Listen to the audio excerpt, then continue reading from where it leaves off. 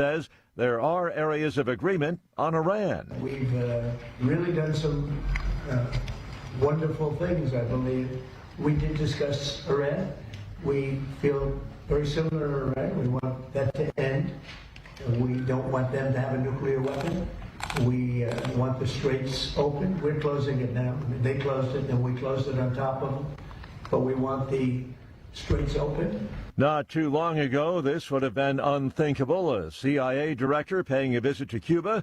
But John Ratcliffe has done just that. The Cuban state media announced that high-level officials from the Cuban government had met with Ratcliffe, an extremely unusual visit by the head of the CIA to Cuba. The Cuban officials said that they had told the U.S. government that Cuba presented no kind of security threat to the United States whatsoever. Cuba is dealing with the consequences of U.S. sanctions and specifically a very, very serious energy crisis that right now has almost a virtual shutdown of the economy because of an absolute lack of fuel now almost, according to the latest reports. The BBC's Luis Fajardo. The Supreme Court has granted women continued access to the abortion drug mifepristone at pharmacies or through the mail without an in-person visit to a doctor. The High Court is allowing it while a lawsuit plays out in the courts. A lower court ruling would require women to see a doctor in person while halting delivery of mifepristone through the mail. On Wall Street, stock futures in the red. The Dow futures down 371 points. NASDAQ futures off 493. More on these stories at townhall.com. If you want unlimited talk, text, and data on a super fast network, Big Wireless will sell it to you right now for as little as $70 a month. Or you can buy it from Pure Talk for half of that. I'm talking about unlimited talk, text, and data for just $34.99 a month. But wait, there's more. When you switch to Pure Talk, you'll be switching to an American wireless company that's committed to keeping 100% of its customer service in this country. I appreciate that. In fact, that's why I switched. I also appreciate the way they support our vets and our skilled workforce. Dial pound 250, say micro, and get unlimited talk, text, and unlimited data for just $34.99 a month. That's pound 250 micro. Stop paying twice what you need to pay for the service you want and switch to an American wireless company that actually stands for something. Pure Talk. Political turmoil in the UK. Prime Minister Keir Starmer is on shaky ground. Britain's prime minister is clinging to power after a member of his cabinet resigned, saying he didn't have confidence in the boss. Now, West Reading is the health secretary, and that's a big job in this country. Reading said that he was resigning, even though he gave credit to the prime minister for his efforts on the international stage, particularly with Iran. Domestically, he said that the country was looking for vision and got a vacuum, that they were looking for direction and got drift. This has really shaken the prime minister. It's an open rebellion on the same day that another leadership contender, Angela Rayner, announced that she had bypassed a fundamental problem that she had with her leadership bid, which was that she was being investigated for tax purposes on a home sale. You can really see that Starmer's challengers are lining up to get it. Correspondent Danica Kirkus says in public opinion polls, Starmer is widely unpopular. News and analysis, townhall.com. When it comes to their kids, some Pennsylvania parents favor old school at school. They're worried about excessive screen time in schools and are pushing educators to go back to pencils and paper. In Pennsylvania's Lower Merion School District, 600 people signing a petition asking to preserve parents' ability to opt their children out of digital devices. But it is a battle. School board members say it's not feasible to let hundreds of students opt out of technology that is essential to the curriculum. Jason Walker reporting. 6 passengers from a cruise ship hit by a hantavirus outbreak have arrived in Australia for a quarantine expected to last at least 3 weeks. A jet carrying 5 Australians and 1 person from New Zealand landed today at an airbase outside Perth in Western Australia. Health Minister says all 6 have tested negative for the virus. More on these stories, townhall.com. All right, folks, I need you to do something right now. Go to johnfredericksradio.com and take our brand new 2028 Republican presidential straw poll. Who do you want leading the ticket? Don't let the elites decide. Make your voice heard. While you're there, weigh in on 2 huge issues: eminent domain reform and President Trump's tariff policies? Are they protecting American workers or hurting growth? This is your movement, your vote, your voice, your choice. Go to johnfredericksradio.com right now and take the poll. For the first time ever, we're bringing you MyPillow mattresses and mattress toppers for as low as $99.98. Remember, sleep's all about temperature and pressure points. Whatever sleep needs you have, we have the right technology for you. Like our MyPillow mattress topper, our queen size has over 10,000 individual comfort supports to help relieve your pressure points. And how about our 3-inch Hybrid Plus mattress topper? It's infused with copper and silver to help your body get the restorative sleep it needs. And our MyPillow and Case Coil mattresses, I personally helped develop these mattresses to make sure they have everything needed to give us great sleep.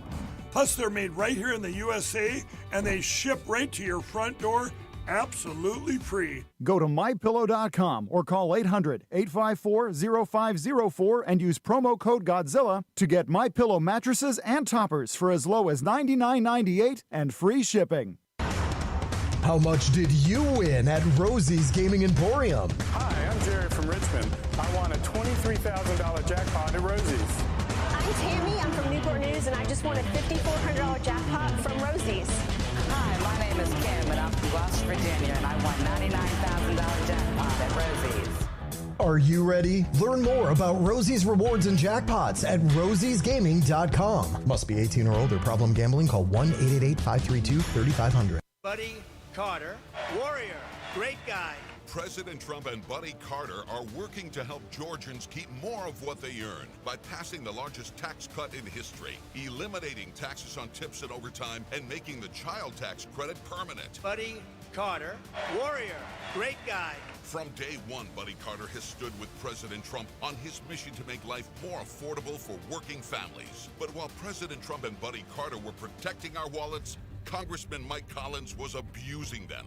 Congressman Collins is under federal investigation for misusing taxpayer funds to benefit himself and his cronies. According to the investigation report, Congressman Mike Collins, quote, may have violated federal law by shelling out government funds to one of his top aides. Georgia families have had enough of wasteful, corrupt career politicians. We just can't trust or afford Mike Collins.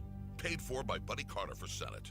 I'm Buddy Carter, and I approve this message. What if those who were once called conspiracy theorists turn out to be right again? A new study by Korean doctors claimed that COVID vaccines raise the risk of 6 cancers, including lung, breast, and prostate. Researchers analyzed health records from more than 8.4 million adults between 2021 and 2023, and their findings were published in Biomarker Research, a respected scientific journal. Critics dismiss it, but the data raises concern that spike protein exposure may be tied to long-term health risks. And Dr. Peter McCullough has been aware of this since 2020, which is why he collaborated with the wellness company to create Ultimate Spike Detox, designed to help your body clear spike proteins, reduce inflammation, and support heart health. With natural ingredients like nattokinase, dandelion root, and bromelain, it is your daily proactive defense from a man-made virus. Don't wait until symptoms strike or something unexpected happens. Experience the only formula approved and used by Dr. McCullough, one of the top doctors who risked it all. Go to twc.health/Godzilla. That's twc.health/Godzilla and use promo code Godzilla to get 10% off plus free shipping.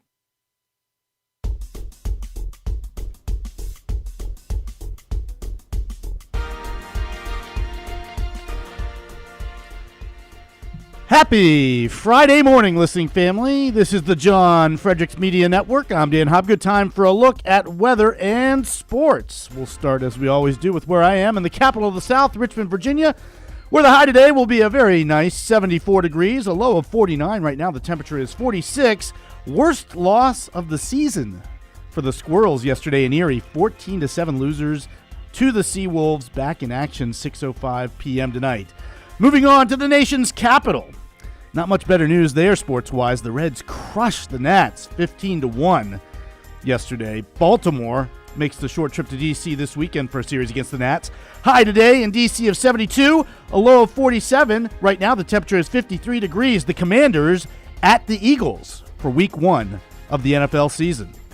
Moving on to Atlanta. A rare loss for the Braves, blanked yesterday to the Cubbies, or by the Cubbies, I guess I should say. High in Atlanta, 79, a low of 56. Right now, the temperature is 55. The Falcons open up the NFL season at the Pittsburgh Steelers. I'm excited about it. Nashville, you're looking at a high today of 85, a low of 65. Right now the temperature is 53. New Titans coach Robert Saleh will square off against his former team, the New York Jets, week 1 of the NFL season this fall. Philadelphia, well, you were winners over the Red Sox, 3-1 yesterday. Turnpike Series coming up against my Buccos starting tonight. First pitch, 6:40 p.m. High today of 70 in the city of brotherly love, a low of 54. Right now the temperature is 52. Morgantown, got to be happy this morning. West Virginia baseball, 2-0 winners over TCU last night. Now only a half game back of Kansas in the Big 12 standings. High today in Morgantown of 69, a low of 49. Right now the temperature in, by God, West Virginia is 41 degrees. All right, Yinzers, the Buccos won a series against the lowly Rockies with a 7-2 victory yesterday at PNC Park. As I mentioned, they'll be squaring off against the Phillies beginning tonight this weekend. And Falcons at Steelers to start the NFL season. High in Pittsburgh today of 70 degrees, a low of 48. Right now the temperature is 46. Rematch of the Super Bowl to start the NFL season altogether. Pats Seahawks, first game of the year. Defending champion Scottie Scheffler among 6 golfers tied for the lead after one round at the PGA Championship outside of Philadelphia. Bringing you today's Weather and Sports Update is the Godzilla Wins radio show for the best insight, analysis, and picks. Watch and listen to Godzilla Wins tomorrow morning from 9 to 11 all across the John Fredericks Media Network. Plus, to get John's daily sports picks, go to GodzillaWins.com. Once again, that's GodzillaWins.com. This has been Dan Hopgood for the John Fredericks Media Network. Outside the Box with the Ox is next, followed by the John Fredericks Show. Stay tuned, everyone. Lanny, the endangered monk seal, almost got beamed with a rock thanks to 38-year-old Igor Mikhailovich Litvinchuk of Covington, Washington, on vacation in Maui. Only 1,600 of these things exist anymore, and it's a crime to harass or kill one. The rock throw was witnessed, caught on camera, reported, and Igor... No, it's pronounced Igor. But they told me it was Igor. Well, they were wrong then, weren't they? ...was arrested by federal agents in Seattle on his way back home. Charged with violating the Endangered Species Act and the Marine Mammal Protection Act. Could get a year in the pen on each charge and pay up to $70,000 in fines. The CNN travel story, however, implies he'd have no trouble paying the fine because he said he was rich and didn't care when confronted about the deed shortly after the incident on the beach in Lahaina. I'm into bread. I love money. The mayor said Lanny's return after the wildfires brought a sense of healing and hope during a difficult time, and that he's a reminder that humanity and the instinct to protect what is vulnerable are still values people can unite around. Well, thinking outside the box, we may have found the last remaining non-protected ethnicity in America. Whatever nationality Igor Mikhailovich Litvinchuk is, if he had a different last name, say one maybe from a land 8 time zones to the east, he would be defended as just being who he is, that it's his culture, and we should be tolerant and accepting even if it's in direct conflict with our own laws and values. Where's Eddie? He usually eats these damn things. Here outside the box with the Ox in the Eastern Time Zone and now in West Virginia on the John Fredericks Media Network. John Fredericks. It is the most egregious thing I've seen in a lifetime. President Trump. The whole thing is ridiculous. When politics start getting wild. They want to have every single thing that you don't want. Raise taxes, men and women's sports. They're going to open up their border. Trump hits the speed dial. Thank you for calling in on such short notice. You came first, John. Wake up with the John Fredericks Show weekday morning, 6 Eastern, 5 Central on JFMN.TV, the massive J-Fred radio network, and all across the socials. You came first, John. Thank you very much, and you do a great job. Right now, download the new WV Sports Nation app from the Apple Store or Google Play and get the entire Mountaineer sports world in the palm of your hand. Right now, get notified when new stories drop about your favorite Mountaineers teams and athletes. Download the WV Sports Nation app right now. Get updates on next level Mountaineers like Weatherholt and Joe Mazzulla. All that and more right in your pocket right now. Download the new WV Sports Nation app from the Apple Store or Google Play. Download the app right now. Live from the studios of the John Fredericks Media Network, it's the John Fredericks Show. Grab yourself a cup of 1775 coffee, sit back and get ready for the best 4 hours of talk radio in the universe. You can call our toll-free number at 888-480-5600 888-5646 to talk to John. And now, here's the Godzilla of Truth, the Oracle of the Deplorables, the man who is 6 months to a year ahead of everyone but God himself, John Fredericks. Well, here we are again. We got more backstabbers. Tate Reeves going back on his word. Governor of Mississippi first said he's going to have a special session, and we're going to have a new election. We're going to get new maps. Then I guess the New York Times calls him, and he gets all jittery. So now he says, well, I changed my mind. We're not going to do a special session for 26. We're going to have it later for 28. So stabbed us in the back, cost us a seat, maybe 2. Thanks, Tate. Now I got Brian Kemp. I like the governor of Georgia. I mean, I know him personally. I backed him in a lot of his races. He says, I'm going to have a special session on June 17th. That's going to be after the runoff in Georgia.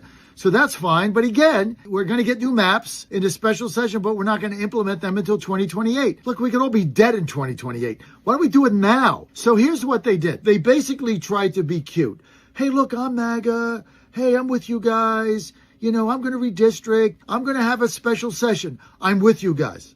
But I'm not going to have it for 2026.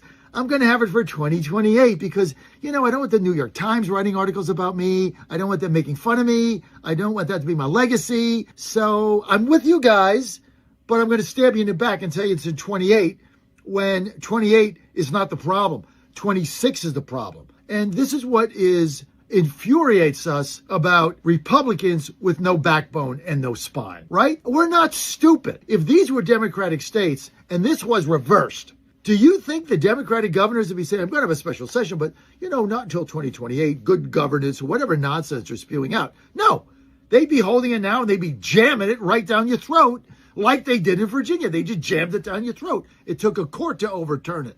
This is why MAGA is infuriated. This is why MAGA 2.0, going forward, the new MAGA, the post-Trump MAGA, it's about one thing. It's about fighters. It's about fighting for what you believe in. It's about being able to stand up to the heat of the communists, of the left, of the fake news. If you can't stand up to them, you're never going to stand up to anything meaningful. Now, McMaster in South Carolina, he's having a special session, and he's going with 26 maps, and he's going to get us a seat. So McMaster, hero of the day, absolute backstabber of the day, Tate Reeves, and Brian Kemp is just Brian Kemp, right? I mean, he tries to have it both ways. Look, Brian, you can't have it both ways. You're a good governor. If you want any hope on the national scene, you got to get this done for 26. Now, I know you're not going to do it, but you should do it. Now, Harmeet Dillon, she says the Democratic state, she's going to start to sue them if they got illegal maps. So we'll see how that goes. Share this with your friends. In your heart, you know what I'm saying is right every single day, and I thank you for that. Share it with your friends. Follow me on social media at JF Radio Show, at JF Radio Show. Comment. Love to get your comments. And I'll see you tomorrow at 6 a.m. bright and early on the John Fredericks Media Network. But they really performed well, I thought. You have in the past described President Xi to me as very tough, all business. Yeah. You're not describing the type of business that he normally used to do. Do you think that your relationship has evolved to the point where, he can go along with your spontaneity? I think he's a warm person, actually, but he's all business. He's there's no games. There's no talking about how nice the weather is. Oh, let's look at the stars. Let's look at the sun. No, he's all business, and that's, I like that. I mean, that's a good thing. No games. I say it about him, and I could say it about some. Not as complimentary, frankly, for the most part. But I say about him that if you went to Hollywood and you looked for a leader of China to play a role in a movie, central casting. He's central casting. You couldn't find a guy like him. Even his physical features. He's tall, very tall, and especially for this country because they tend to be a little bit shorter. You look at the military. I mean, the military today was incredible. That military marching was incredible. But no, if you went to Hollywood, you're not going to find a guy to play the role. He's good. And he's I'll get criticized. They always criticize me when I say good things about certain leaders, and this one. But he's a leader for China. He's led almost 1.5 billion people for a long time. And he's respected. It's sort of interesting when the fake news said, he said, they'll say, President Trump said that President Xi was a brilliant leader. That's a terrible thing. What am I going to do? You know, but it's, you know, you saw the response, you saw and here's the thing. Those business people are here to make deals and to bring back jobs.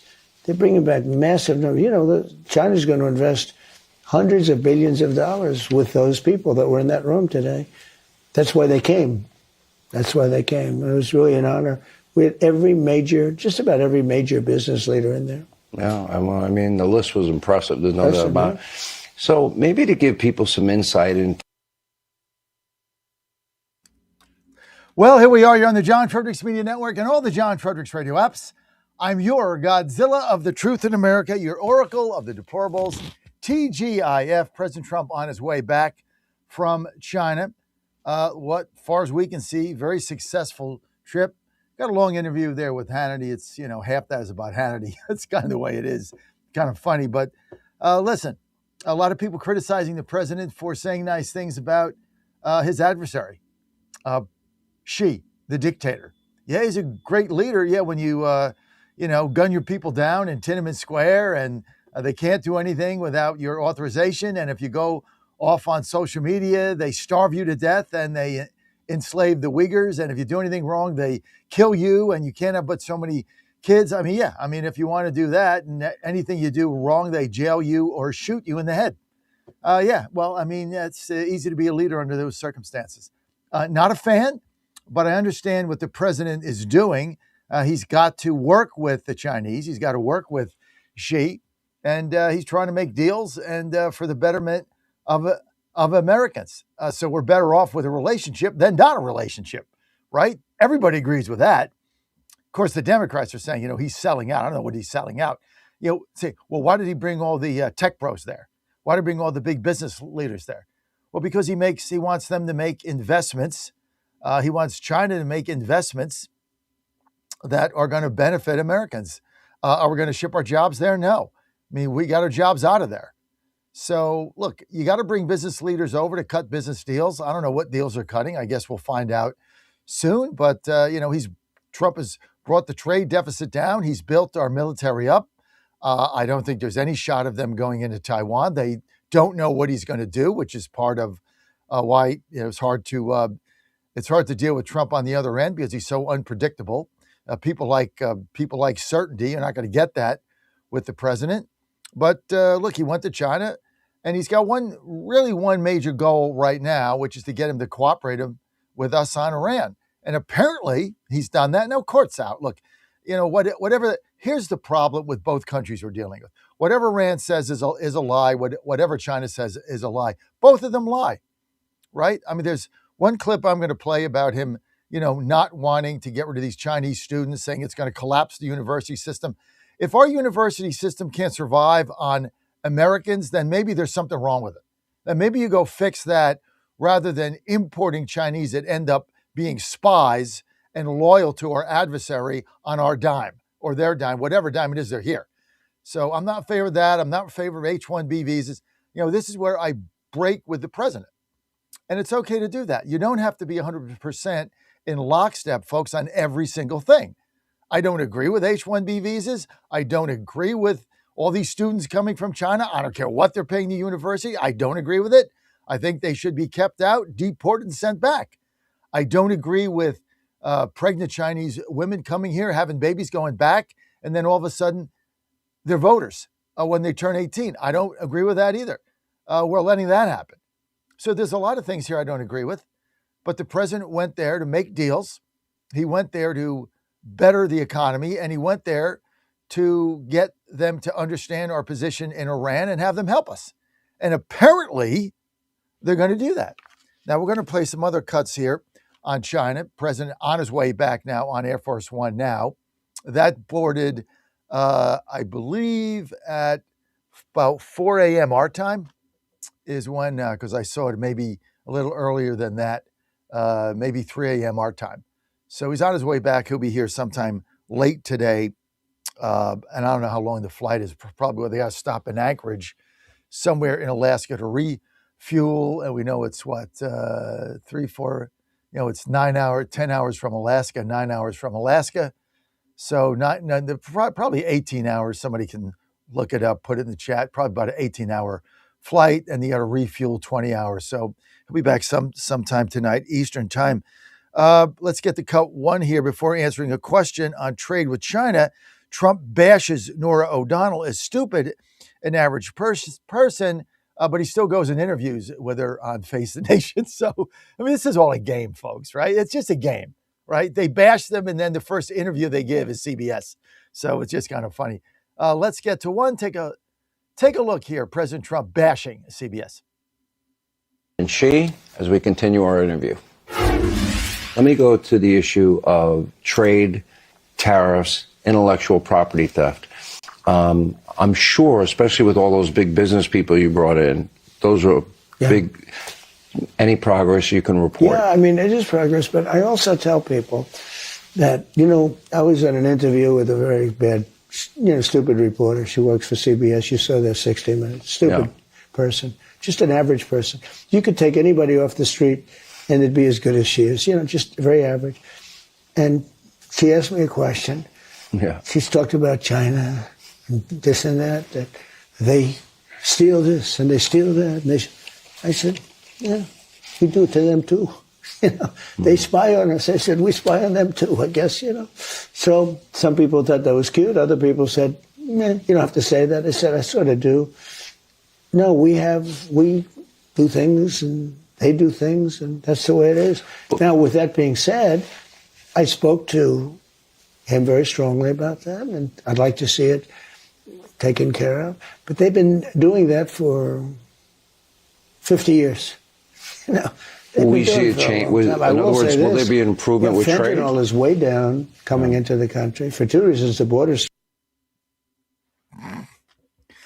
I'm going to get to Peter Schweitzer here. Let's go to 2.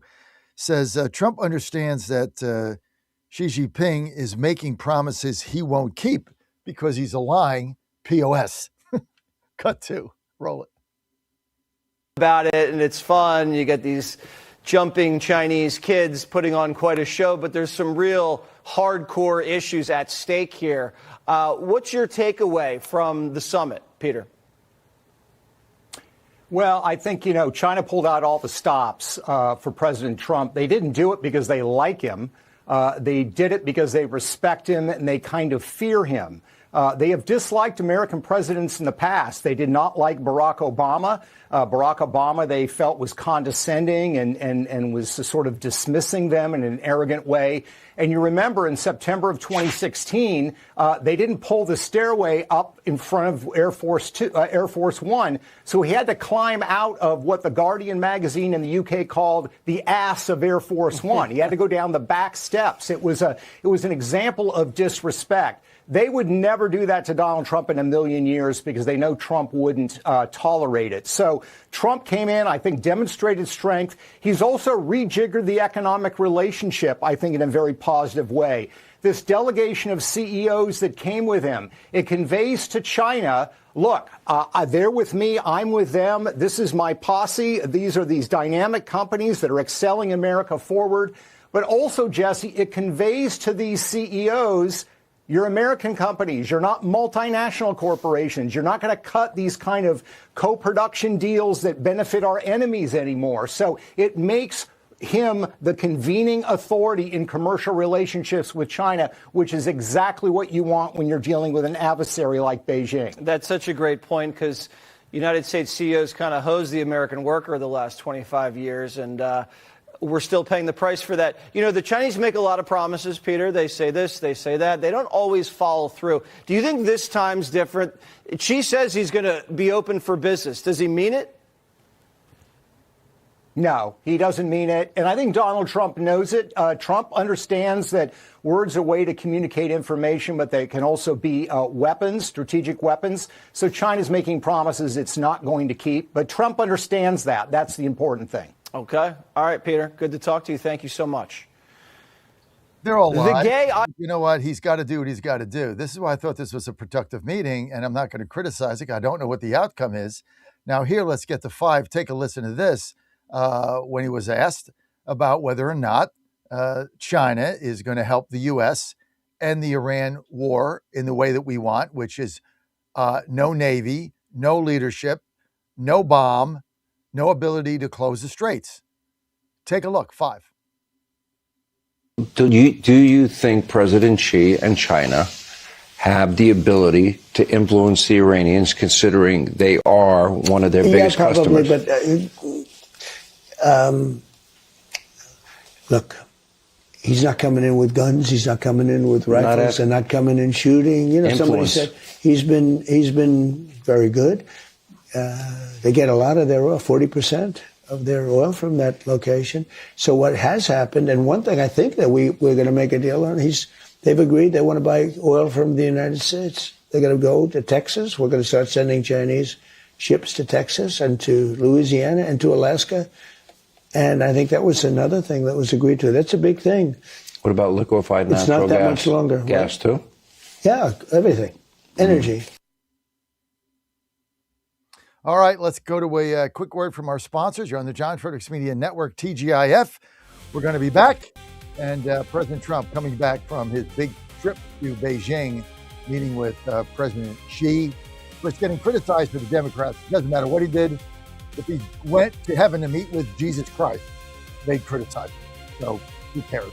We're going to be right back with your calls, 888-480-JOHN. More on President Trump and his historic trip to Beijing.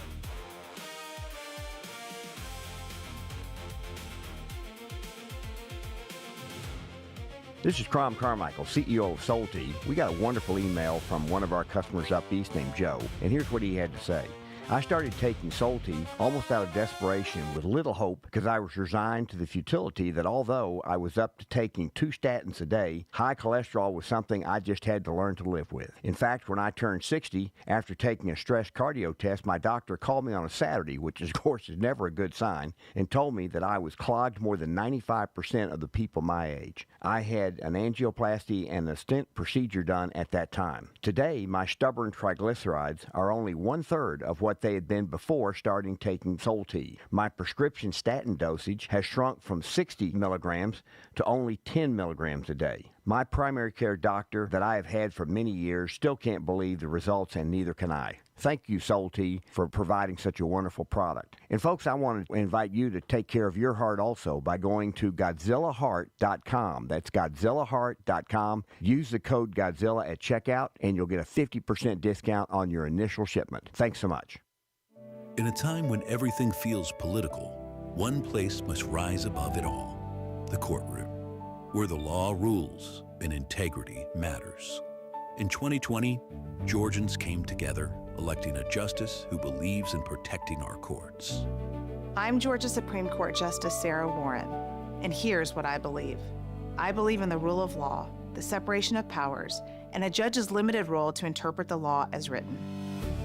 I believe in a nonpartisan judiciary, impartial judges who don't advocate for political positions or outcomes. I believe in deciding cases without bias or favor, treating everyone with dignity and respect. As a justice on your Supreme Court, I've upheld these values. With your support, we'll maintain the integrity of our courts. Vote to re-elect Justice Sarah Warren. Vote early starting April 27th or on Election Day, May 19th. Paid for by Georgians for Justice Warren, Inc. Washington is wasting $500 million every year on a federal supervision system that doesn't work. Probation officers are overwhelmed. Resources are going to people who pose zero threat, while actual dangerous individuals slip through the cracks. The Safer Supervision Act stops the waste and refocuses every dollar on protecting families from harm. President Trump's own pollster found about 80% of Trump voters want this fixed. It's time for Congress to get this done. Stop the waste. Protect our communities. Visit safersupervision.com. Paid for by the Reform Action Fund. Tired of fumbling for your phone, wallet, or keys? Don't put it in your pants, put it in your pocket. Meet T-Pocket, the practical tees, the shirt that keeps it all in reach. Designed in the USA, assembled in the South, these tees feature smart built-in pockets for easy access. Long sleeve, short sleeve, available in most colors, with your favorite teams and logos to come later. Shop the full lineup now at tpocket.net. Fast shipping, easy ordering. Grab yours today and level up your everyday carry. Put it in your pocket with T-Pocket. tpocket.net. It's finally here, our second annual mega sale. This sale only comes around once a year, so take advantage of the best offers ever while you can. For example, save 50% on our Giza Dream bed sheets as low as $29.98. And for the first time ever on TV, My Pillow mattresses and My Pillow mattress toppers as low as $99.98. And you save 50% on our Lux Pure 6-piece towel sets. Regular $69.98, now only $39.98.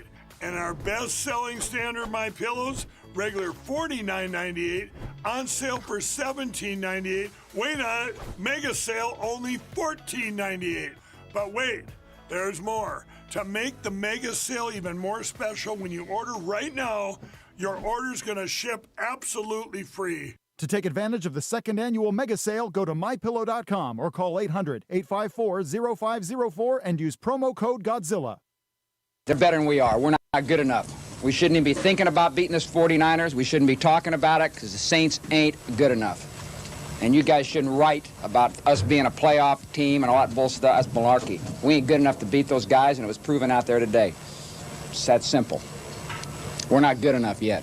We got a long way to go. We got a lot of work to do. We're close, and close don't mean... And you can put that on TV for me. I'm tired of coming close, and we're going to work off till we ain't close anymore. And it may take some time. We're going to get it done. We aren't in there. We aren't good enough. They're better than us. Black and white, simple fact. Could have, would have, should have is the difference of what I'm talking about. The good teams don't come in and say could have. They get it done. All right? It's that simple. I'm tired of saying could have, should have, would have. That's why we ain't good enough yet. Because we're saying could have and they ain't.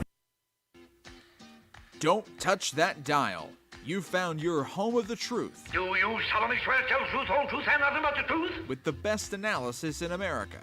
You can't handle the truth. And now back to the John Fredericks. No, you got him, John Fredericks Media Network. Great to have you with us, as always. Rocking and rolling TGIF Plus. This is a community, truth and clarity right here. You want the truth? I'm your guy. You want clickbait, nonsense, posses, or whatever's going on. No, I'm just not going to do that. But if you want the truth and you want to know what's really going on and you want the best insight you're going to get with not a clickbait around, then you come right here. And thank you for joining us. Plus, this is a community. We want your calls. 888-480-JOHN,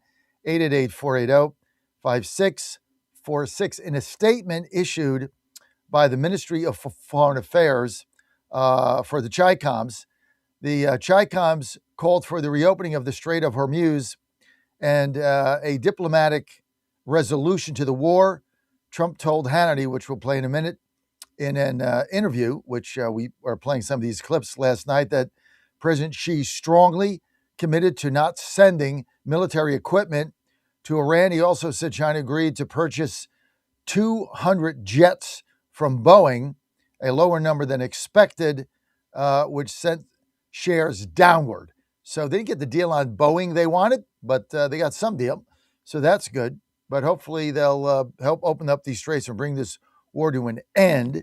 That would be very good. I'm going to get to let's get the number 6 here, Dan, if we can. This is Matt Whitlock saying the biggest win for President Trump in China was saying out loud that they stand with us on Iran. He thought that was the biggest win. Let's take a listen. Biggest win of this for President Trump is getting China to say out loud they stand with us on Iran. They want the Strait of Hormuz open. They're not going to allow Iran to sort of get tolls from the Strait of Hormuz, and Iran cannot have a nuclear weapon. That is the biggest news around the world today from this conversation. All right. They don't need them. They don't need their support. They just need them to not help the bad guys. Yeah. I mean, exactly. They're not going to support us. We just don't want them to help Iran. That's all. If they do nothing, Iran collapses. They just have to do nothing. And hopefully that's where this was headed. Number 7, here's Whitlock again. I'm playing this clip because I really agree with it. Here's Whitlock basically saying, I'm not going to get the Dems. I'm not going to take their nonsense lecturing me about China when you look at how they've dealt with them over the years. 7, roll it. I think that it's a fair question to ask. I think President Trump took these business leaders with the goal of getting China to buy more of their products and take them into China. And that was the larger goal here. I think the chips conversation is going to be ongoing because there are legitimate concerns about giving China that kind of power on something we recognize the need to have the strategic advantage over. However, I'm not sure anyone needs to hear lecturing from Democrats after they rolled over to China on so many different issues, including allowing Chinese auto parts into Joe Biden's Inflation Reduction Act tax credits and things like that. And drones, of course, into the Defense Department, allowing spies into their offices, letting them run for mayor as Democrats, and the list goes on and on. And here's President Trump again. I just want to, cover this because obviously it's the biggest event we've had this week, other than the gerrymandering and the wins we've gotten there. And of course, my opening, Tate Reeves stabbing us in the back, and Brian Kemp basically trying to straddle both ends, and you just can't do that. But let's get to 9. Here's Trump saying the Democrats are against farmers, and he said they're dumb. Roll it. 95% of the farm vote. And by the way, we just signed the farm bill, or we just approved the farm bill in Congress, which a lot of people thought was not going to happen. The Democrats are against farmers. You believe it? I say, how can they be against? Add that to the men and women's sports center. The Democrats are against farmers. Can you believe it? So anyway, they're defective. I came up with a new name. I don't know if I should. I know which one it is. Democrats. Because they're dumb. They're dumb. It's D-U-M. I got rid of the B. So you're only changing one letter, right? E goes and the U comes. It's a Democrat. You take up more space in people's heads than any. And let's get to let's get here to Trump saying as soon as this war ends, gas prices are going to go down lower than it was before, and then we'll follow that up with his comment on the B-2 bombers in that raid. Let's go to we'll do 10 and 11, Dan, one after the other. Roll it. Chinese ships up to buy oil. They do. So we're doing, and I don't like talking about it because then the fake news media says, Trump doesn't talk about the fact that somebody's paying 2.5 from, I had it down to $1.85 in Iowa a gallon. So now it's $4 and it's going to not be long. And as soon as the war ends, it's going to go down to lower than it was before. It's going to be very quick. And, when I explain it to people, all you have to do is say, do you think Iran, they're crazy, should have a nuclear weapon? Everybody says no. I said, well, then you think I'm doing the right thing. And I have no choice. The sad thing is that we had just broken every record on the stock market, as you know. I thought the market would go down 20, 25 points. It didn't. It's higher now than it was before we started. All right. If you want. Well, what? But isn't that amazing? What do you think? It is amazing. And it's very interesting. 60% enriched uranium to be weapons grade, 90% enriched in under 12 days. Yeah. And they were bragging to your Middle East envoy, Steve Witkoff. If I didn't go in with the B-2 bombers that week, that day, that week, they would right now have a nuclear bomb. So it was that imminent? Well, I thought so.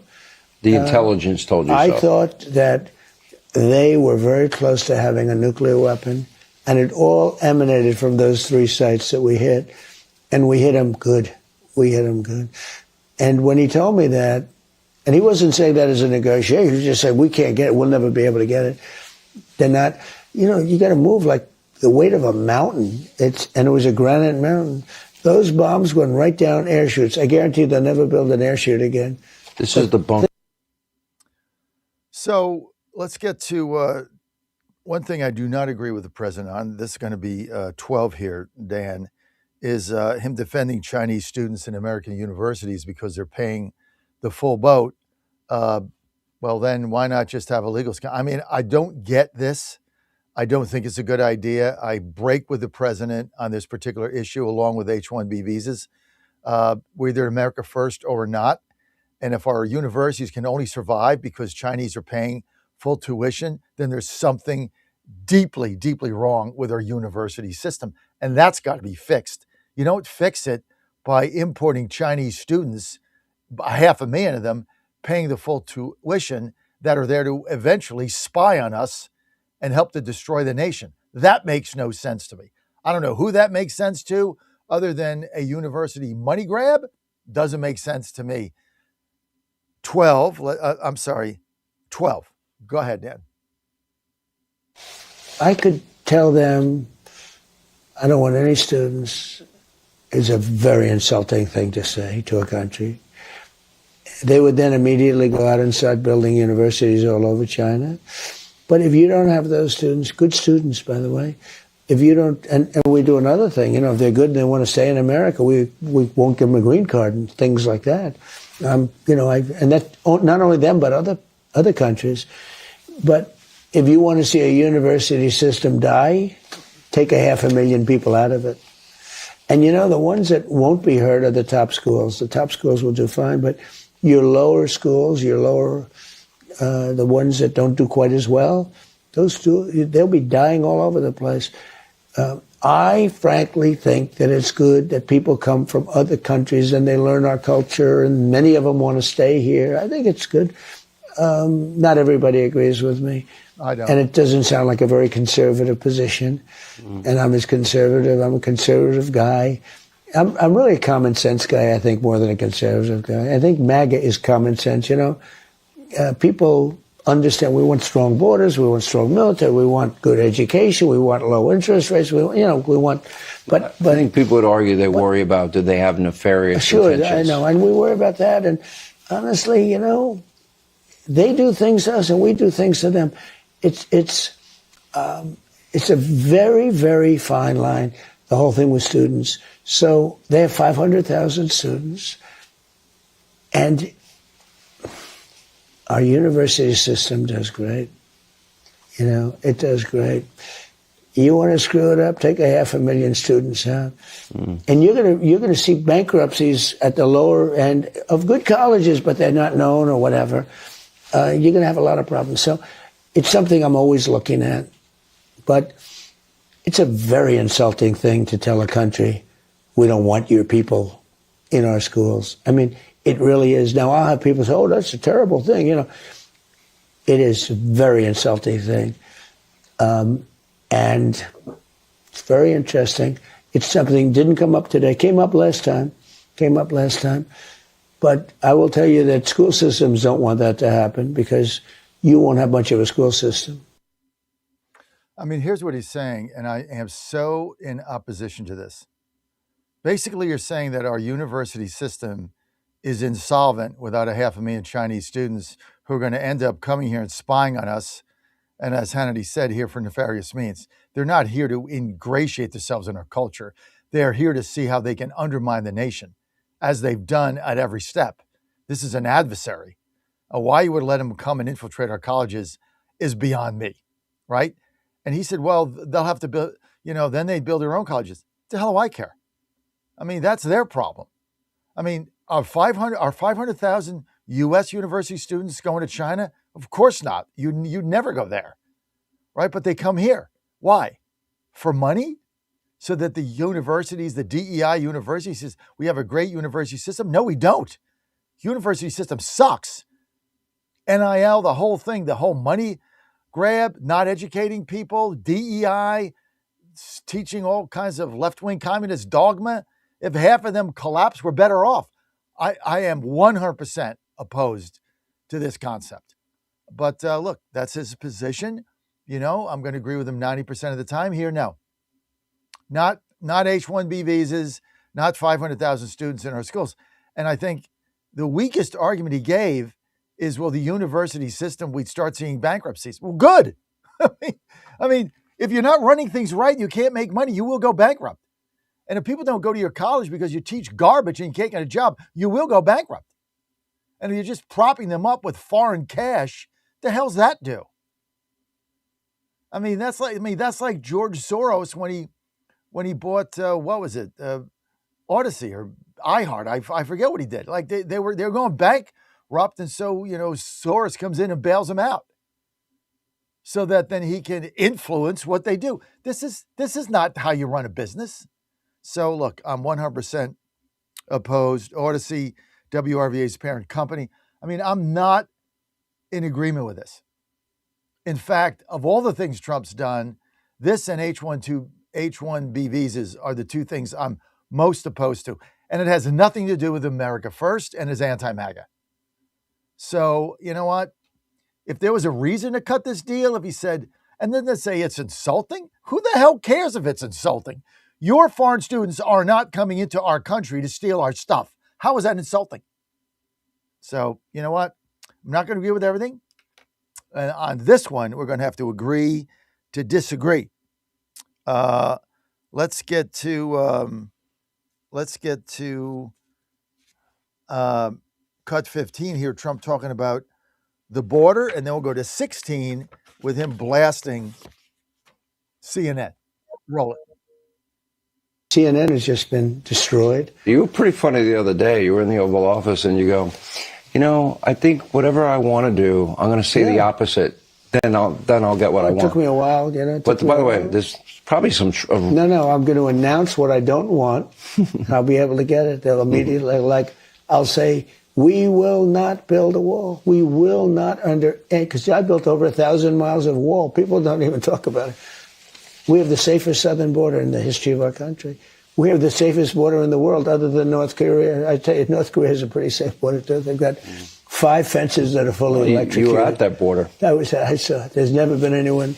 There was one person that got through, but he ended up dying about 10 feet as he got through. All right, we'll have more with President Trump on the other side as we continue tonight from Beijing, China. Well, listen, it's a good trip.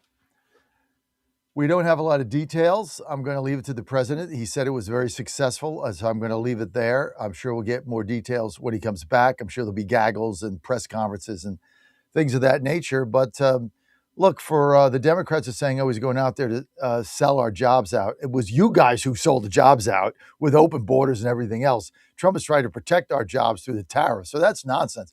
I mean, if he's bringing CEOs over there and they want to buy our products that we make here and they want to buy them, that's different than we're going to have a factory there and take our jobs away, right? If they want to buy from Boeing, if they want to buy our oil, they want to buy our gas that we're producing in Texas, Louisiana, and Alaska, and we want to sell it to them at a premium, I'm for that, right? I'm for selling our stuff to other markets. That helps the U.S. economy, that helps jobs, that helps wages.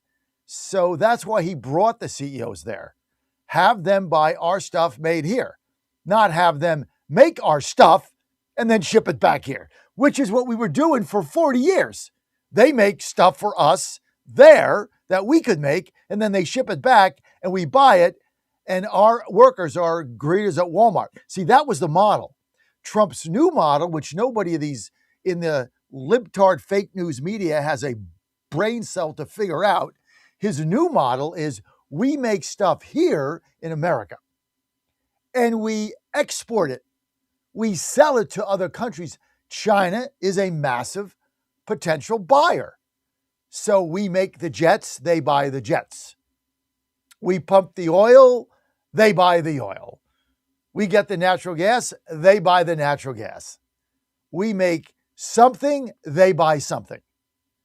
Money goes from them to our companies, to our workers, rather than we scour the earth for slave labor. We bring our manufacturing there, they make our stuff, and then they ship it back with no tariffs and sell it here cheaper, and our guys and gals are out of a job.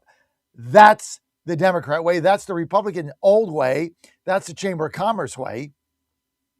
And that's the open borders way. Trump is trying to reverse that. So to say, oh, he's selling out the American worker, no, he's doing the opposite. He wants the Chi-Coms to buy our products made here. I don't know how this can be any clearer with anybody with a brain in their head. That's why I brought the CEOs there. Nobody's talking about opening up factories there. We've already done that. We're not going to do that under President Trump. Probably do it under, a rhino or a Democrat, sure. Chamber of Commerce back in charge, they can get cheap labor. I mean, it's orgasmic for them. But for us, we want to pay our workers. That's why we need them to sell our stuff. Okay? It is as simple as that. Okay, we're going to go to 18 here. Here's the CENTCOM commander, Admiral Brad Cooper on Iran, saying their capability has been significantly downgraded. I mean, this war, they are running out of everything. And, you know, Joe Rubin might be a Democrat, but he nailed it the other day. And I know some of you people get upset when he comes on. Every Democrat is not an imbecile, okay? Some of them, like him, are actually reasonable people. And what Joe Rubin said is we need patience. We need resolve and patience in this war. We need to take a breath and be patient. It's not going to be done in a day. I know everybody wants instant gratification. Patience. 18, Admiral Brad Cooper on Iran. Their capability have been significantly degraded. If I just use my own professional experience, in 100 transits through the Strait of Hormuz, you would typically see 20 to 40 fast boats, and lately we've seen 2 or 3. I mean, 20 or 30 to 2 or 3, pretty soon you're going to see none. So I'm for sinking the 2 or 3. So if you see 2 or 3, sink them. Blow them up. That's why we're there. This is why I'm not in favor of the ceasefire either. Doesn't do anything for us. See a boat, blow it up. That's why we got all the assets there. Hey, there's a boat. Well, now it's on the bottom of the ocean.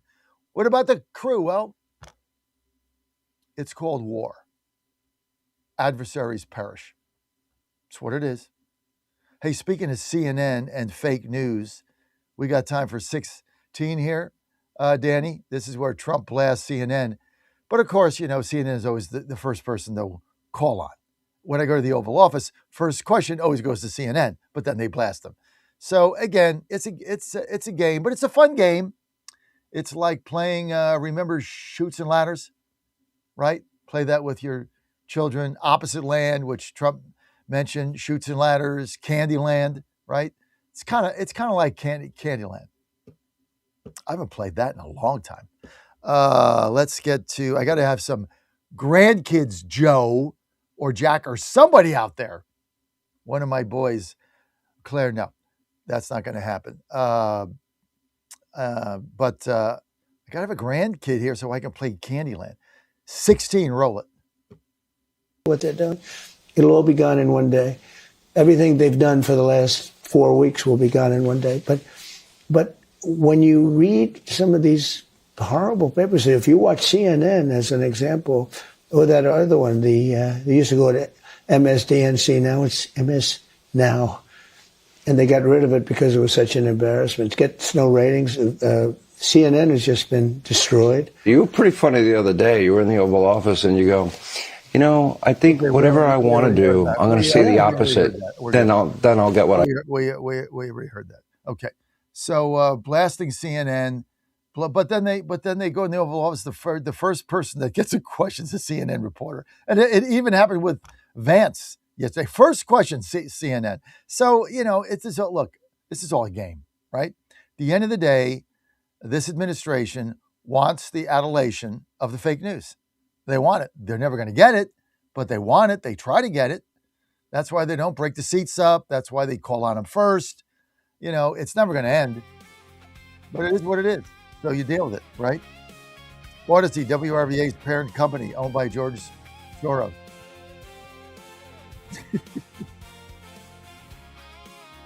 Dan, you're a funny guy, Danny boy. All right, we got a great show coming up for you as always. We got Machine Gun Dunn is going to be with us. We've got the Virginia Gang at 9 o'clock. We've got your calls. We got all kinds of things going on. We got Rob Crilly. All coming up right here on the John Fredericks Media Network, trucking the truth across America. TGIF. When I get back, give you a little update on the Maryland Terrapins baseball season. Coming to an end, thank the good Lord. We'll be right back.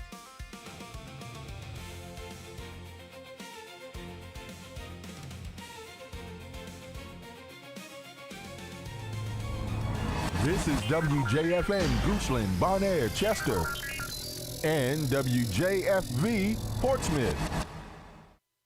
Breaking news this hour from Town Hall. I'm Rich Thomason.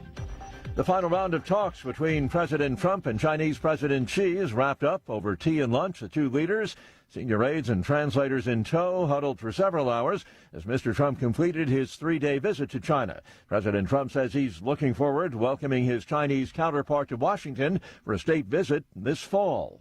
We're going to lay it on the line, and we're going to have, you're going to walk away hopefully very impressed, like I'm very impressed with China. And I just want to end by saying thank you very much. It's been really a great couple of days. Thank you very much. Two leaders claim important progress stabilizing U.S.-China relations, even as some deep differences persist. The Taiwan question still looms large, along with the Iran situation. Ukrainian President Zelensky says 3 children are among the 24 people killed in a Russian missile attack hit an apartment building in the capital, Kiev. The nation's highest court has spoken. An abortion drug will remain available while a lawsuit over its availability plays out in the lower courts. The Supreme Court preserved women's access to a drug used in the most common method of abortion. The order allows women to continue obtaining the drug mifepristone at pharmacies or through the mail without an in-person visit to a doctor. The justices granted emergency requests from makers of mifepristone who are appealing a federal appeals court ruling that would require women to see a doctor in person and halt delivery of the drug through the mail. The Federal Food and Drug Administration, which first approved mifepristone for use in abortion in 2000, stopped requiring in-person visits 5 years ago. I'm Lisa Dwyer. Wall Street futures point to a lower open later this morning. Dow futures down 203 points, and NASDAQ futures off 342. Townhall.com. Looking for a great real estate agent? Someone who can help you sell your home fast and for top dollar? Go to ready.com, REDY.com. Because on Ready, agents will pay you just for the opportunity to sell your home. Yeah, on Ready, agents will pay you for your listing. Thousands of dollars up front just for a chance to sell your home. And it's easy. Just go to ready.com, enter your address and when you want to sell. In just 48 hours, the best local agents are competing on Ready to be your agent with cash offers up front just to win your business. Hey, your listing is valuable. Don't give it away.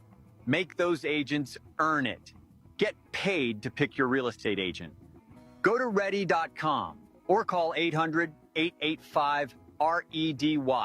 800-885-READY.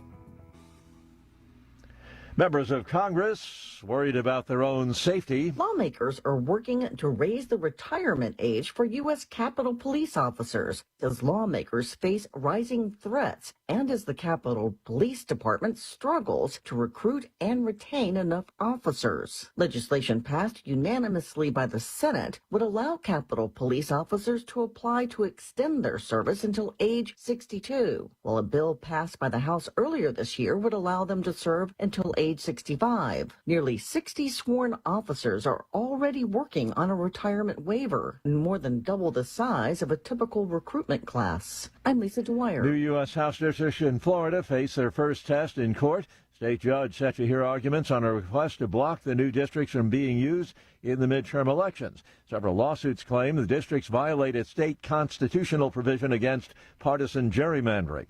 News and analysis at townhall.com.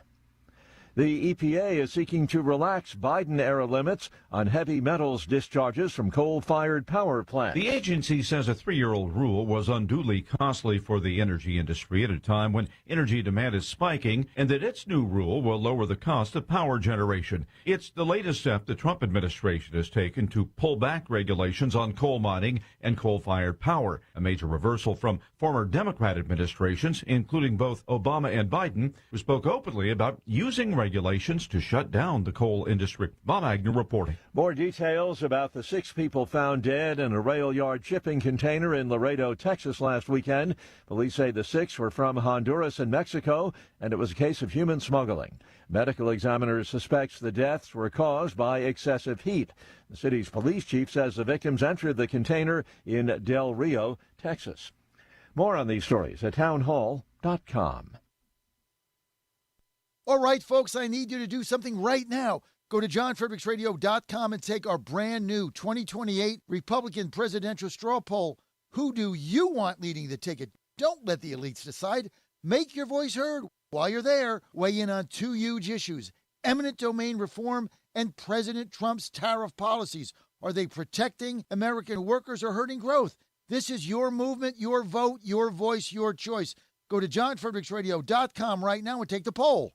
President Trump is already transforming Washington, D.C., making it the safest, cleanest, and most beautiful city in the world. But we need fighters on the ground to keep it going. I'm John Fredericks, and I'm running for chairman of D.C. GOP Ward 2 to make sure Trump's vision for this city becomes a reality. Safe streets, clean neighborhoods, and yes, rat-free. Go to MakeDCGreat.com. That's MakeDCGreat.com right now and send a donation. Let's finish what President Trump started. Donation limit $200. I'm John Fredericks, and I paid for this ad.